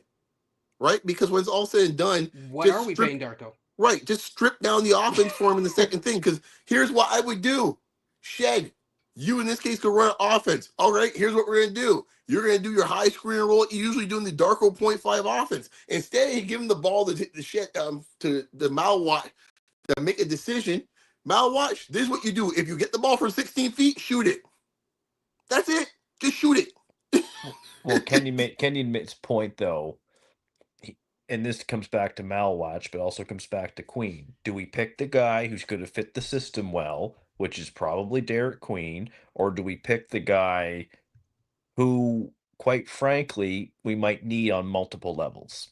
Well, you see, the Queen situation, I think, is a very dangerous situation that Raptor fans don't know what trap they're setting themselves. All right? They don't know what trap is laying in wait for them. Yeah, it is a Trojan horse. They don't know what trap they're laying themselves for. And I think it's a Trojan horse that, like, 7 years later, you are going to trade out of that Trojan horse, and it's gonna have ramifications. They don't even understand how much ramifications it will have if they draft Queen. The challenge is that number one, it doesn't address the size issue. Effie's correct that size is an issue, and I agree with that. But like, no, it is. I think that the other challenge with Queen is the defensive issues combined with how he gets his points offensively and where he will fit in the landscape given his size, because he will be a 6'9" center. Assuming this coach is around for a couple more years, as they say he is, which I don't know why, but they say he's going to be here.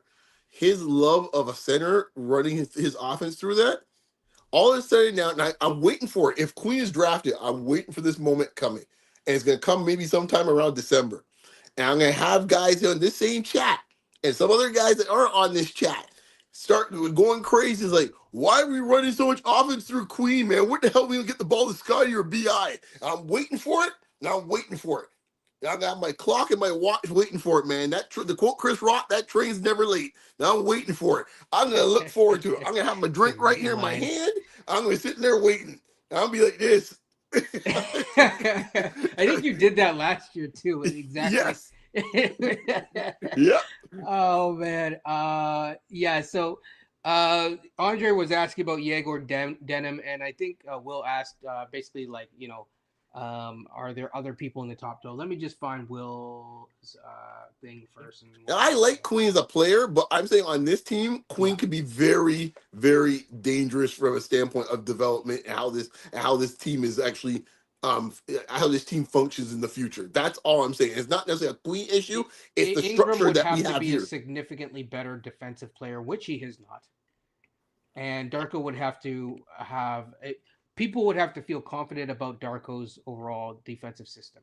My concerns with him is even offensively.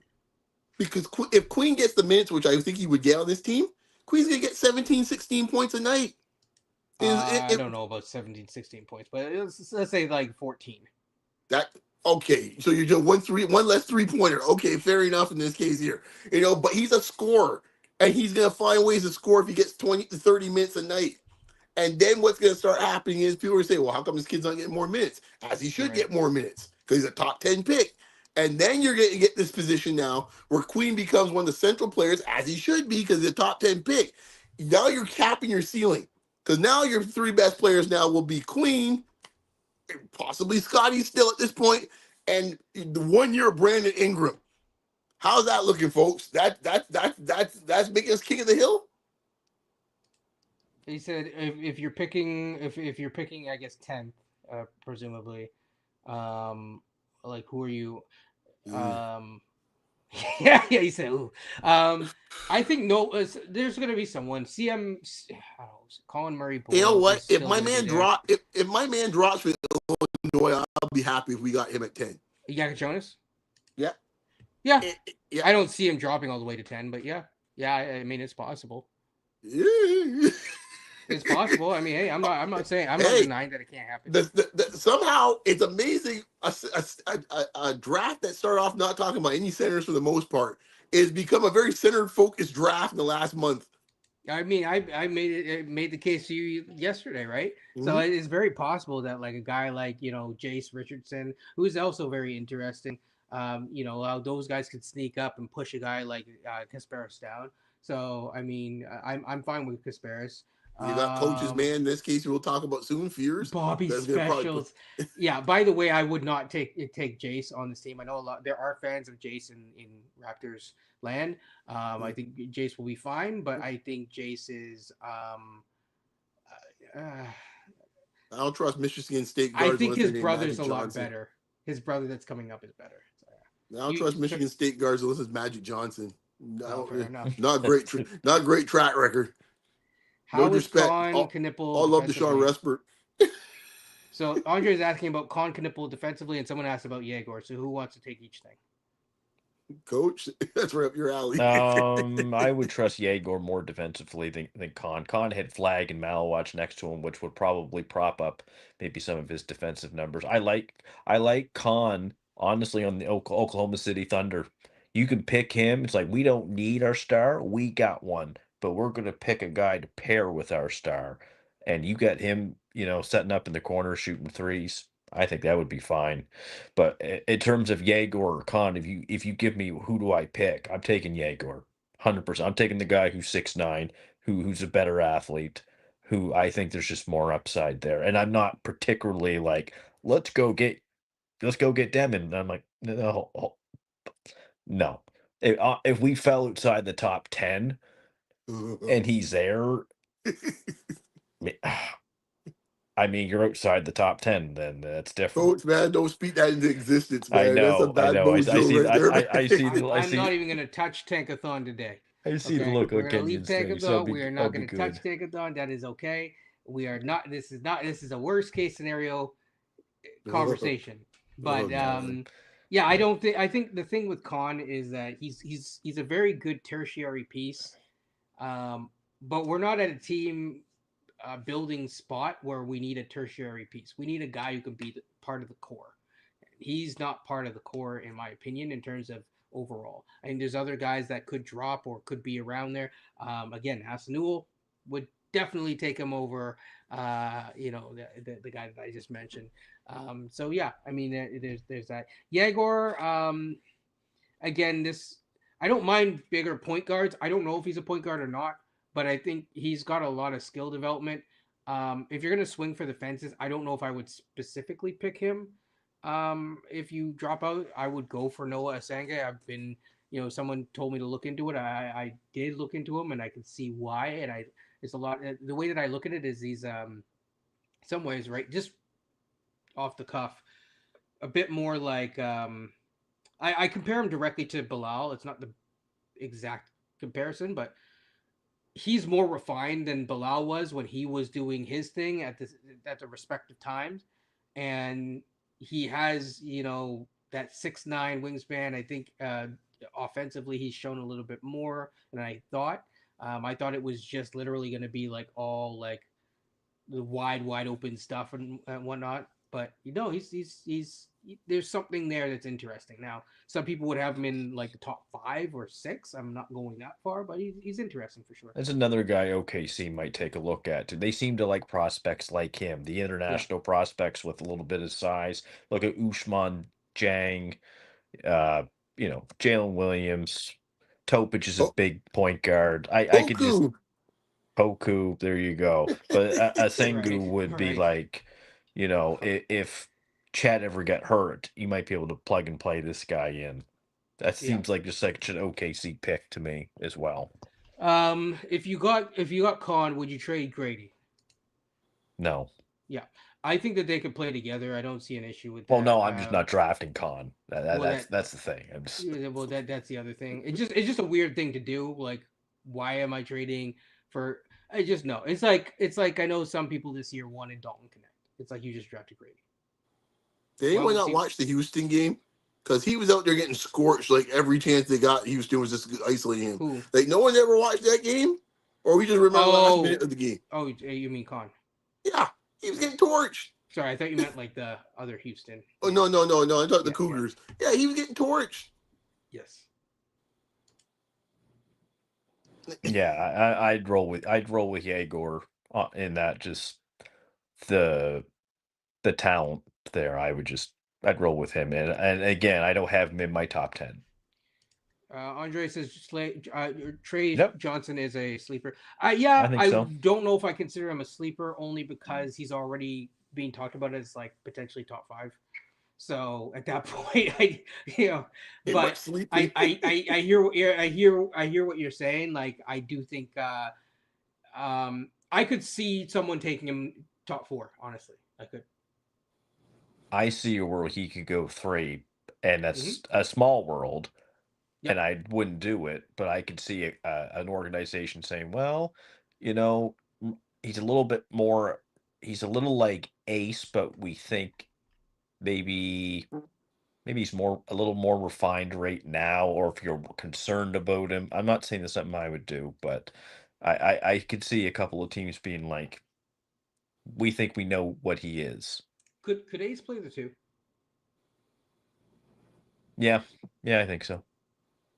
Why I though? think he's more of a 3, but Because if he was here, I would play him alongside Brandon Ingram. I almost said you'd Brandon have Ingram. to. You'd have to, because I'm And then assuming RJ's Scotty. gone.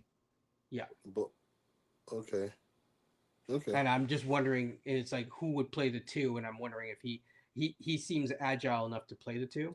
It's not ideal, but No, no. I mean, because that's the thing is those top 3 guys, you're gonna have some sort of weird clunky fit at least initially, anyways. So yeah, I don't think he's Jamal Crawford. By the way, I think he's I I heard don't a good know. comp for him, and this is more down the road, but Yeah, he's bigger like him, like Joe Johnson, not Trey Johnson, Joe I could Johnson. see it. It's Joe Johnson was much stronger coming in, I think, but there's a little bit of shooting ability like him, Yep. height like him.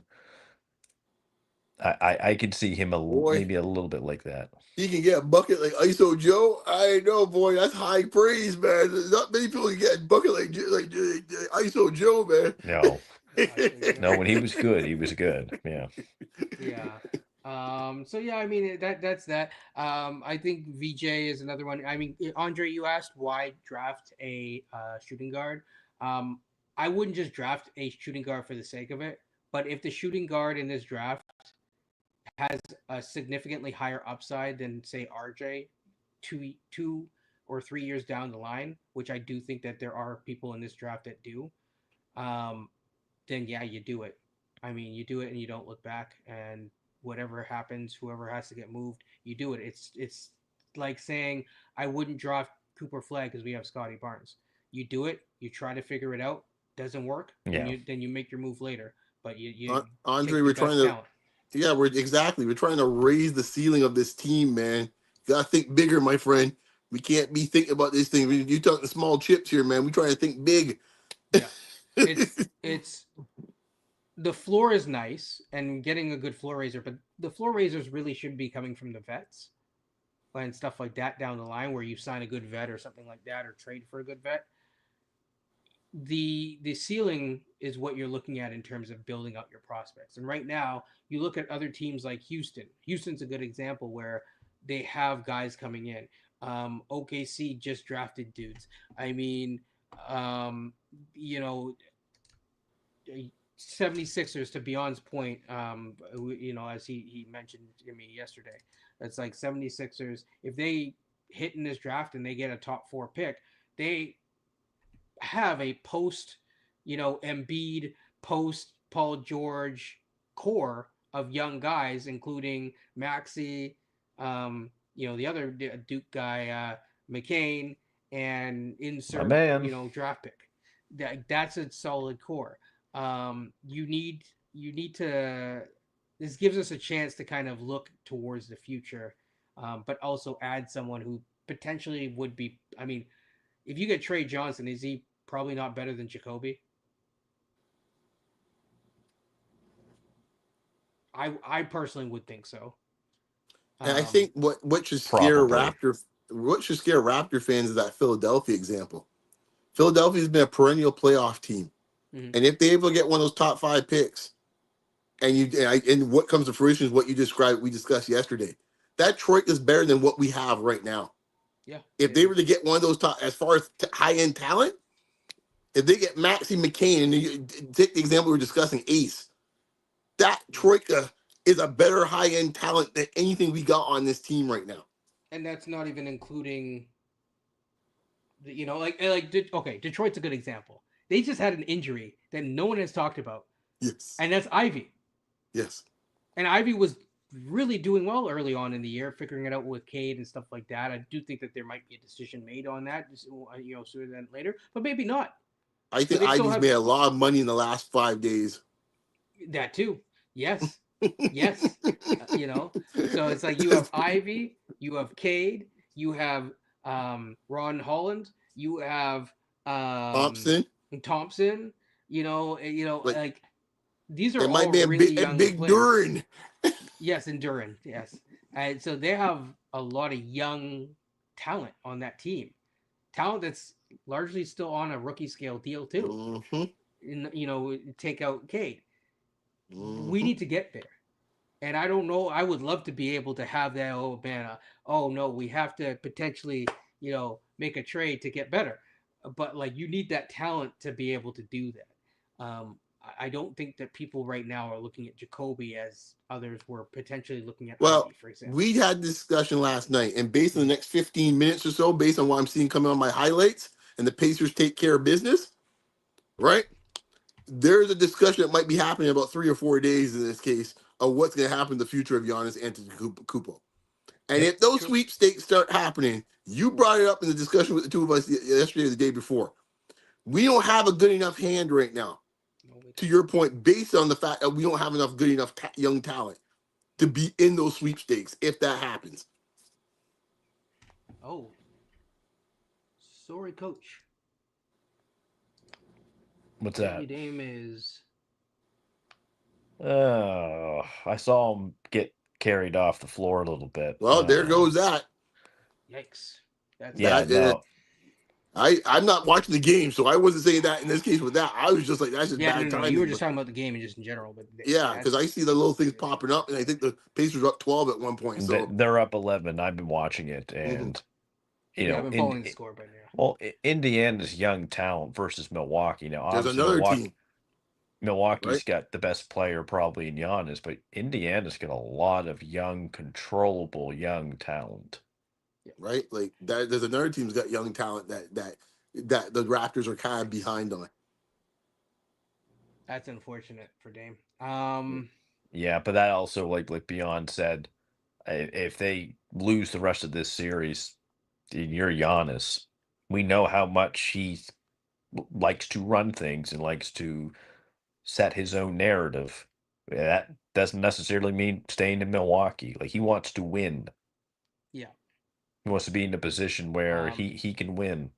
Billy's saying hopefully a Raptor. I'm assuming he's talking about Giannis. Yeah, I mean it would be nice, but the challenge is how do you like? are there not teams that could outbid the Raptors? Like in a heartbeat. if you are going to trade Giannis and you are Milwaukee, you're probably not looking to compete right away. So the question then becomes, do you value picks or do you value a known commodity that's a young talent, and how long do you want the rebuild to be? Well, I'll just say this. It will cost you Scotty and more to get Giannis, and that might not be enough. It's Well, And not yeah, I enough for that's not enough because that's exactly it. Because you would have you, the Houston example is what Beyond and I kind of like figured out is they would be in the mix, and it's like okay, so you're talking about Sangoon makes sense going out, right? Then you're adding in they have additional picks. you Okay, were ready to throw in Jabari Smith, and who's a damn good young player. I said worst case scenario. I mean, if it's Giannis, Right. it's Giannis, right? So okay, you Exactly. toss in Jabari Smith plus like And four picks. right. And Fred I makes don't the know money work. if we could beat that. Like, I'm No, you sorry. can't. You Like can't beat that. you trying to get up to the money, and oh yeah, Fred was the money thing in case Right. the thing didn't work. You had the Um, OKC example. Same thing. yes, OKC. So it's like how could you? You just can't compete with those packages that they can toss in. Like OKC could say, "Do you want 20 picks?" So if they value the picks, okay, right? Like it'd be Hartenstein, and like basically like 38 picks or whatever the heck it is. Okay, You're right. And you might have to give up Jalen Williams, maybe. and yeah, and sure, maybe Jalen Williams. That's definitely outbeating what we can toss in. Exactly. Because the thing That's is, like a lot of people are like, well, like so quickly, and an RJ, and it's like no, like we're talking about Giannis, people. right. We're talking Exactly. about But that would Giannis. cost you like Scotty and Grady. It would cost you multiple picks. We've been giving away first round picks for the last 5 years. Look at that's doing Well, to that's the other us. thing too. It's not nothing against Giannis too. Giannis is an unbelievable player. You're probably going to get 2 years, good years left of Giannis. Maybe I'm like, I don't. I'm not a big fan of those type of deals. If a But guy's right hard of his prime, of like 26, 27, Giannis I think is 31. He's 30, He's but 30. I he get it. did He's have Giannis. arthroscopic surgery every single year. Yeah, and I'm just like, if you're going to make a big deal, a mega deal, then maybe that's someone in their late 20s or getting into that late 20s range. And For sure. I, I just don't want. I wouldn't want to give up everything as we're trying to get assets back. We're trying to get young, get more picks and stuff like this for where we're at. And I mean, we just gave one up for Brandon Ingram. We It's just like, got control of our future. yeah, I'm I just like, would like I don't to. know if I'd want to. I'd like to hold on to That's just that and me though. maintain it. I That's know. just me I though. think you're right, and I don't think we're deep enough to make that decision right now. Um, for it could be around Chet, but like you need Hartenstein as a part of the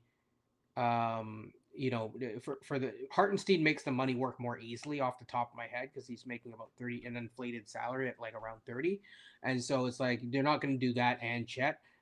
It might be Jalen, it might be Chet, but yeah. Point is the Raptors are probably not going to be trading for Giannis. I personally wouldn't trade for Giannis either, although it'd be kind of cool. I just I don't think we're in that position right now. I also don't Um, like the fit of Giannis and Pirtle. Let's just say it happened. well, that too. Giannis has had so much success with the stretch big. Like you'd Not gonna need work. to figure out. You'd have to do Giannis and then do two more trades after that, like really rapidly, like this, to make it really work. Um, I just don't think that we're there, and I think you would trade all the depth and have not a lot of Yeah, avenues to get it's depth too, because you'd have no picks left. you know. So yeah. Any final words? Because I feel like we're and we've gone on pretty far, pretty long. So any final parting shots that you guys want to talk about? I just say, folks, right now the biggest day that we've had since the NBA championship May 12th. is May 12th, Yes. Mhm. and I'm not saying that's hyperbole. No. The next 5 to 6 years of this franchise might be dictated in this case on these ping pong balls on May 12th. But has it felt that okay? We're one of the only franchises where every single offseason for the past 4 years has felt like some like impending like doom or boom type situation. I don't think that that's normal. I don't think that that's like a normal thing that you should be feeling every single offseason. That's it's probably not healthy for people. But it goes Um, back to your point earlier. right? If you don't give clarity and you have no game plan or blueprint, and you're just kind of, you're just kind of just blowing in the wind, Yeah. then you end up with chaos, and this Now, is what you have. people would push back and say, well, they, they gave it, but at the same time, it's like the actions didn't always match up with the words that were being spoken. And I already went through that, so peep the video. Yeah, I think to Yeah, Beyond's point though, what's a little different this time around is Masai's future. He needs to bingo. hit that too. on a draft pick. Larry Tannenbaum is leaving. We're gonna have basically new ownership with Rodgers. We don't know if Masai's staying or not. If they bring him back or if he leaves, like, I wouldn't mind seeing him come back, but if they want to go in a different direction based on the last 4 or 5 years, I understand that. But it's this one, there's a bit of weight to it with because you've already declared that you're not tanking next year. That is not the thing to finish 12th in the East. The goal, Yeah. in my opinion, is to finish 8th and to make the play. And I'm not saying make the 10th seed. You got to make the 8th seed next year and give yourself a shot to be playing one of Boston or Cleveland in the playoffs next year. If you're not doing that, then you're just treading water. Yeah. For the record, I'm honestly, I think I'm ready to move on from Masai. I think he's done a great job at times here, but I think I mentioned you guys the other night. It's like I think I mentioned it on Rand's space. I don't know who I talked to about, but I use the term musty. There's a Yeah, yeah, no, mustiness no, about it this was Rand's franchise space. where it's like we need to kind of do like spring cleaning. We got air out the doors, air out the house, sweep it up, mop it up. Like it feels like it's just this hangover on this team. It's like it just feels heavy. And I think having a new fresh perspective, new mindset, new perhaps maybe new ideology, I think will be helpful. I think in this day and age, it's very difficult for executives to be on, franchises for like 10 years plus and not feel like it gets stale. I mean, everyone says, "Well, Pat Riley." Well, you know what? Like Miami's had their moments too, and I think even Miami fans might say, you know what, might be time for Pat to kind of hang it up himself. Same thing goes with San Antonio Popovich. I mean, I think after a while, Well, it, it's it it's just it's feels that hard way. to transcend eras, Yeah. right? And like when you're going beyond 10 years, you're talking about a new shift. Like the NBA now is different than like the Demar whatever. Like Mm-hmm. I said this in someone else's like live chat once, and this person like cussed me out. I was like, okay, whatever. I said like this is what I said like last year. I had to start last year. I said we the North's done. I said it's over. And they were like, "Oh, like how dare you?" I'm like, "No, no, no. Like it is that is done. Like we should be looking towards the future." I'm not even talking. This isn't a Messiah point, just so people don't freak out. But like this, like you should be looking towards like now that this is done, we are looking forward to the future. What is the next brand? What is the next we the North equivalent, but the new like shtick or whatever that's gonna catch on and stuff like that. But And to that be honest, links. that's what sports is about. No, that's your point, right? The clarity, right? There is, if we were in a business perspective and they say this was a sport, and Mm-hmm. you're in corporate Canada or corporate America, Mm-hmm. and they give you in this case, okay, well, you're looking to outline in this case, what's the plan for the next 3 years, and what are the themes in this case that you're looking to address? You wouldn't have a clue what it would be for the Raptors, Yeah, I have no idea. If you look 3 years down the line, like today, um, I have no idea what the team right? looks You like. don't know Honestly, what. I genuinely just do not know. Yeah, but this also could be Masai Ujiri's last pick, last first round pick It for could this be, franchise. It could be. and We'll also see. just so people like don't get all uppity and persnickety, it might not be. I'm not. No, yeah, It's I'm just not saying. me speaking it into existence. That's nonsense. Yeah, I'm not doing that either. Because there's certain people that were saying that. It's like no, it's just he is at the end of his contract, and I am like essentially reporting what is and what is not. Yeah, I It, do think if he wants to come back and he wants to stay here, they will honor that. They will keep him. But mm, I think it's more, I'm just saying, if it's more in his court on what to do, it could be. If he wants to make a change, some executives do. We've seen it before. Masai Ujiri literally stepped down from Denver, and that team was starting to build. We saw Brian Colangelo step down in Phoenix at one time, and we actually got him. And Mhm. he was one of the architect of the run and gun Phoenix Suns with D'Antoni, which you see now basically today everywhere. Mhm. So we'll see when that time Yeah. comes. I respectfully disagree with my friend Coach. I don't think that this management group has this type of like deference for Masai. Mhm. I think Oh that yeah, is no. From that standpoint, I don't think that. I put it this way, just in terms of how that negotiation would go. I'm not saying that Messiah has no chance of like coming back. What I'm saying is that when he was entering the last negotiation, he was just coming off a championship. He is currently coming off of 5 years that were not a championship, and we have trended downward, and so it's a different type of conversation trying to get that sort of contract redone. That's just it just is right. yeah. Anyone who's been in a contractual situation where they are negotiating an employment contract would understand what I'm talking about, right? Like it's And like if you just did a big deal for the company and just what the company just did an IPO or something like that, you were pivotal in that. Then yes, it's like and keep in mind that conversation was a tough conversation then too. So you add that in and combine that with this time, it's just a much tougher negotiate. Can he and do it? Sure. Will he do it? I don't know. well, there's another scenario that no one's mentioned or even thinks that's a consideration. I And don't he'll even leave think on we. his own terms either way. Like, Well, that's the thing. See, man, like, this or is at the. least from a public facing Yeah. perspective, because See, you know what I mean, right? this is the scenario that I don't think people have suggested yet. And once again, I am not speaking into existence, but I haven't heard anyone mention this scenario where, in theory, he could be out by Christmas, and it could be a scenario like this. Say you get coach's scenario, and we get a top 10. Say we get the 10th or 11th pick of the draft. It's just a dude, and then they say now we get in the season now. God forbid something happens to Brandon Ingram, and he doesn't play like he's supposed to play. He ends up with a season like I had this year. He's playing 15 games and Scotty's still doing Scotty things and ain't coming together. And Darko's still doing Darko things. Yeah. And say you have one or key injury. Say, Jakob in this case, it ain't working out like it did this year. All of a sudden now you're now this year's Washington. And you're now looking at, maybe at best getting 15 wins. Okay. And at that point, you know what? Keith Pelly says, you know what? Time to pull the shoot, buddies. It's been fun. We're done. No So one's That even thinking. that would be a worst case scenario in this Yes, season. but yeah, that Yeah. scenario is as viable as it's more viable, quite honestly, than the guys that think top six playoffs. well, it's right now. All these things are viable until we know where the pick is, because the pick is going to loom large here, and that's why the pick True, is very pivotal. Because but if you get Cooper Flag, that yeah, might change a lot of things. I agree. But what I'm saying is, which ones are more likely your scenario?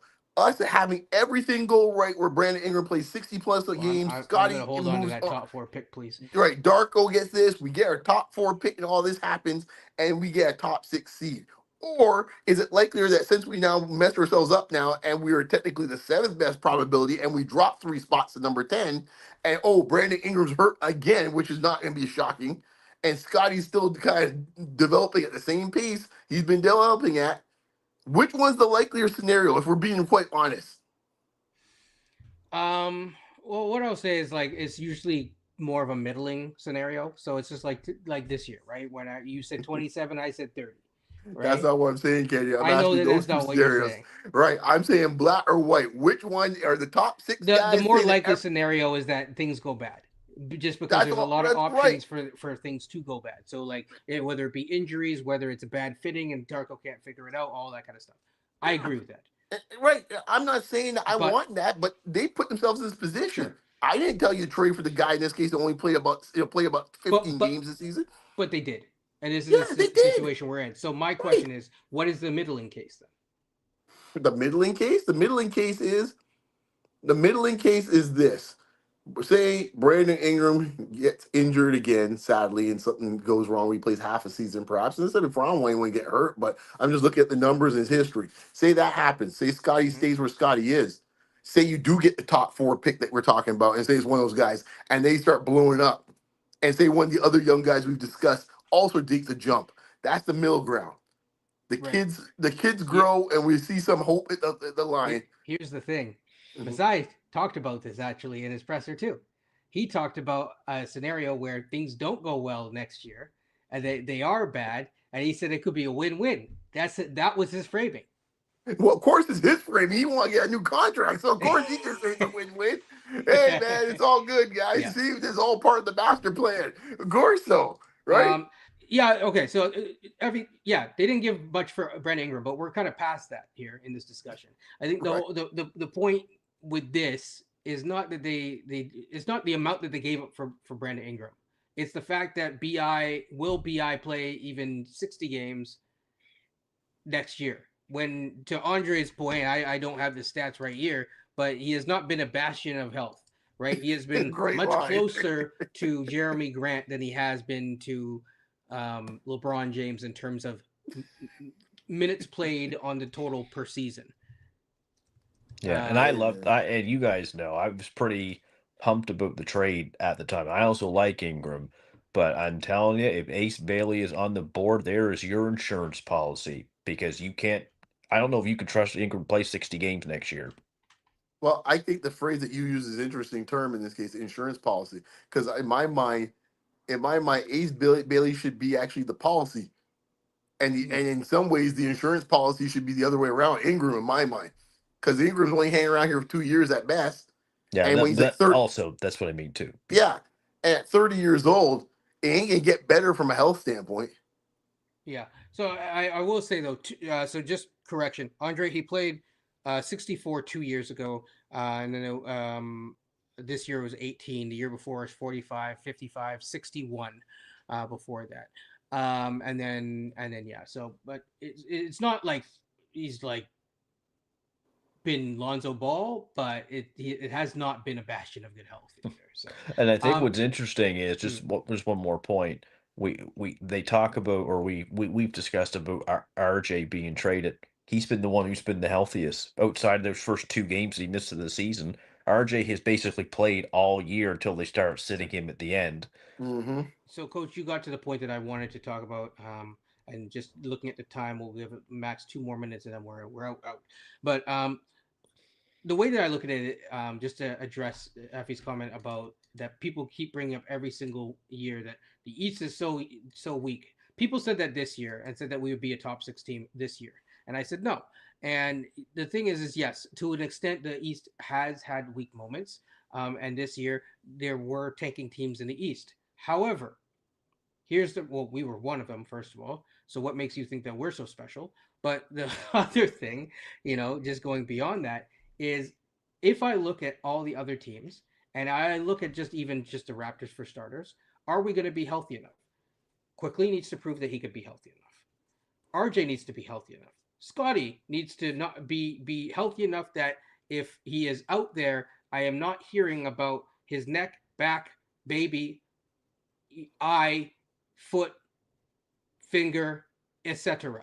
Okay, that if that's the case, if that's going to be a problem, then that's another injury that we're shocking up. Okay, Brooklyn, I have no clue, but Brooklyn could get Giannis. Charlotte, don't know. Washington, very interesting. Right now, Chicago's going to get better. Okay. Detroit's better than us. Orlando's probably better than us. Miami, I don't know. We will see. I would say yes. It's just culture there. Yeah. And the list goes on. I There would are say at least Brooklyn. easily, as of today, 7 teams that are definitively I would say better. Brooklyn's if going not to be better 8. than us. I just don't know, just because I have no idea. No, I would say it this way: if Brooklyn gets a top 4 pick, and they get the top 4 pick, they're going to get a free agent. Oh yeah, They have shown they can get a free agent. So they also have a whole ton of cap room, so they can exactly. So they're a franchise that has shown they can prove to get free agents. So don't be fooled, folks, that you see Brooklyn. Oh, they're not better than us. No, in a matter of about 3 weeks or a month, it could be like this, and Brooklyn all of a sudden like, whoa, hey, where'd that come from? Now I'll give the positive view because people like the positive view as well. There is a world where if we get a top 4 pick, that changes things, and now you can start talking about maybe we can top 7. Maybe top, Andre already brought up Chicago. So That's my thing. FA, yeah, for most teams, free agency is dead, but that team does Not have Brooklyn. free agency money right now. They No, but do. it's not. It's not dead for the big markets. It's not Exactly. dead For for the Brooklyn, it ain't That's the Lakers, other dead. thing too. the Lakers, Miami, Brooklyn, the Knicks, Yeah. Dallas, Houston, like the Yeah. big markets outside of us. Even though we are a big market, we are not in the United States. I'll just be honest with it. Yep. Yep. Yep. OKC is not a big market, and they're not a free agent destination. But my God, Sam Presti's done a good job at drafting and trading. That's basically Yes. what we have to do to a degree. That's what we did Yes. to win a championship. Yep, that's Um. exactly it. But we betrayed some first round picks last four Yeah. or 5 years, so kind of nice to have one Now, again. the free agency class is not the best, no. But there's also what they call pre-agency as well. So Brooklyn Mhm. could go, be in the mix for Giannis, and then go add, a couple extra Bingo. additional players, and that's how they could build out their team next year.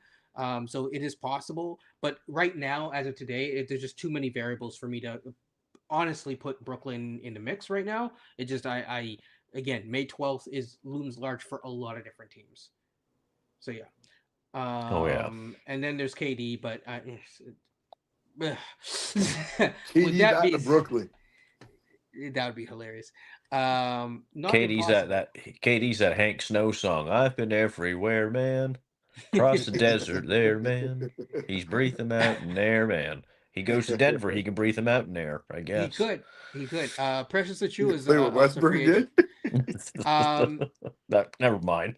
That's the what happened. most, yeah, the most interesting free agents, in my opinion, are someone like a Brooklyn could overpay for guys like Santi Aldama, Kaminga, those type of guys. They could be very interesting and yet retain young talent or get young talent. So yeah. That being said, it's been a whole lot of time.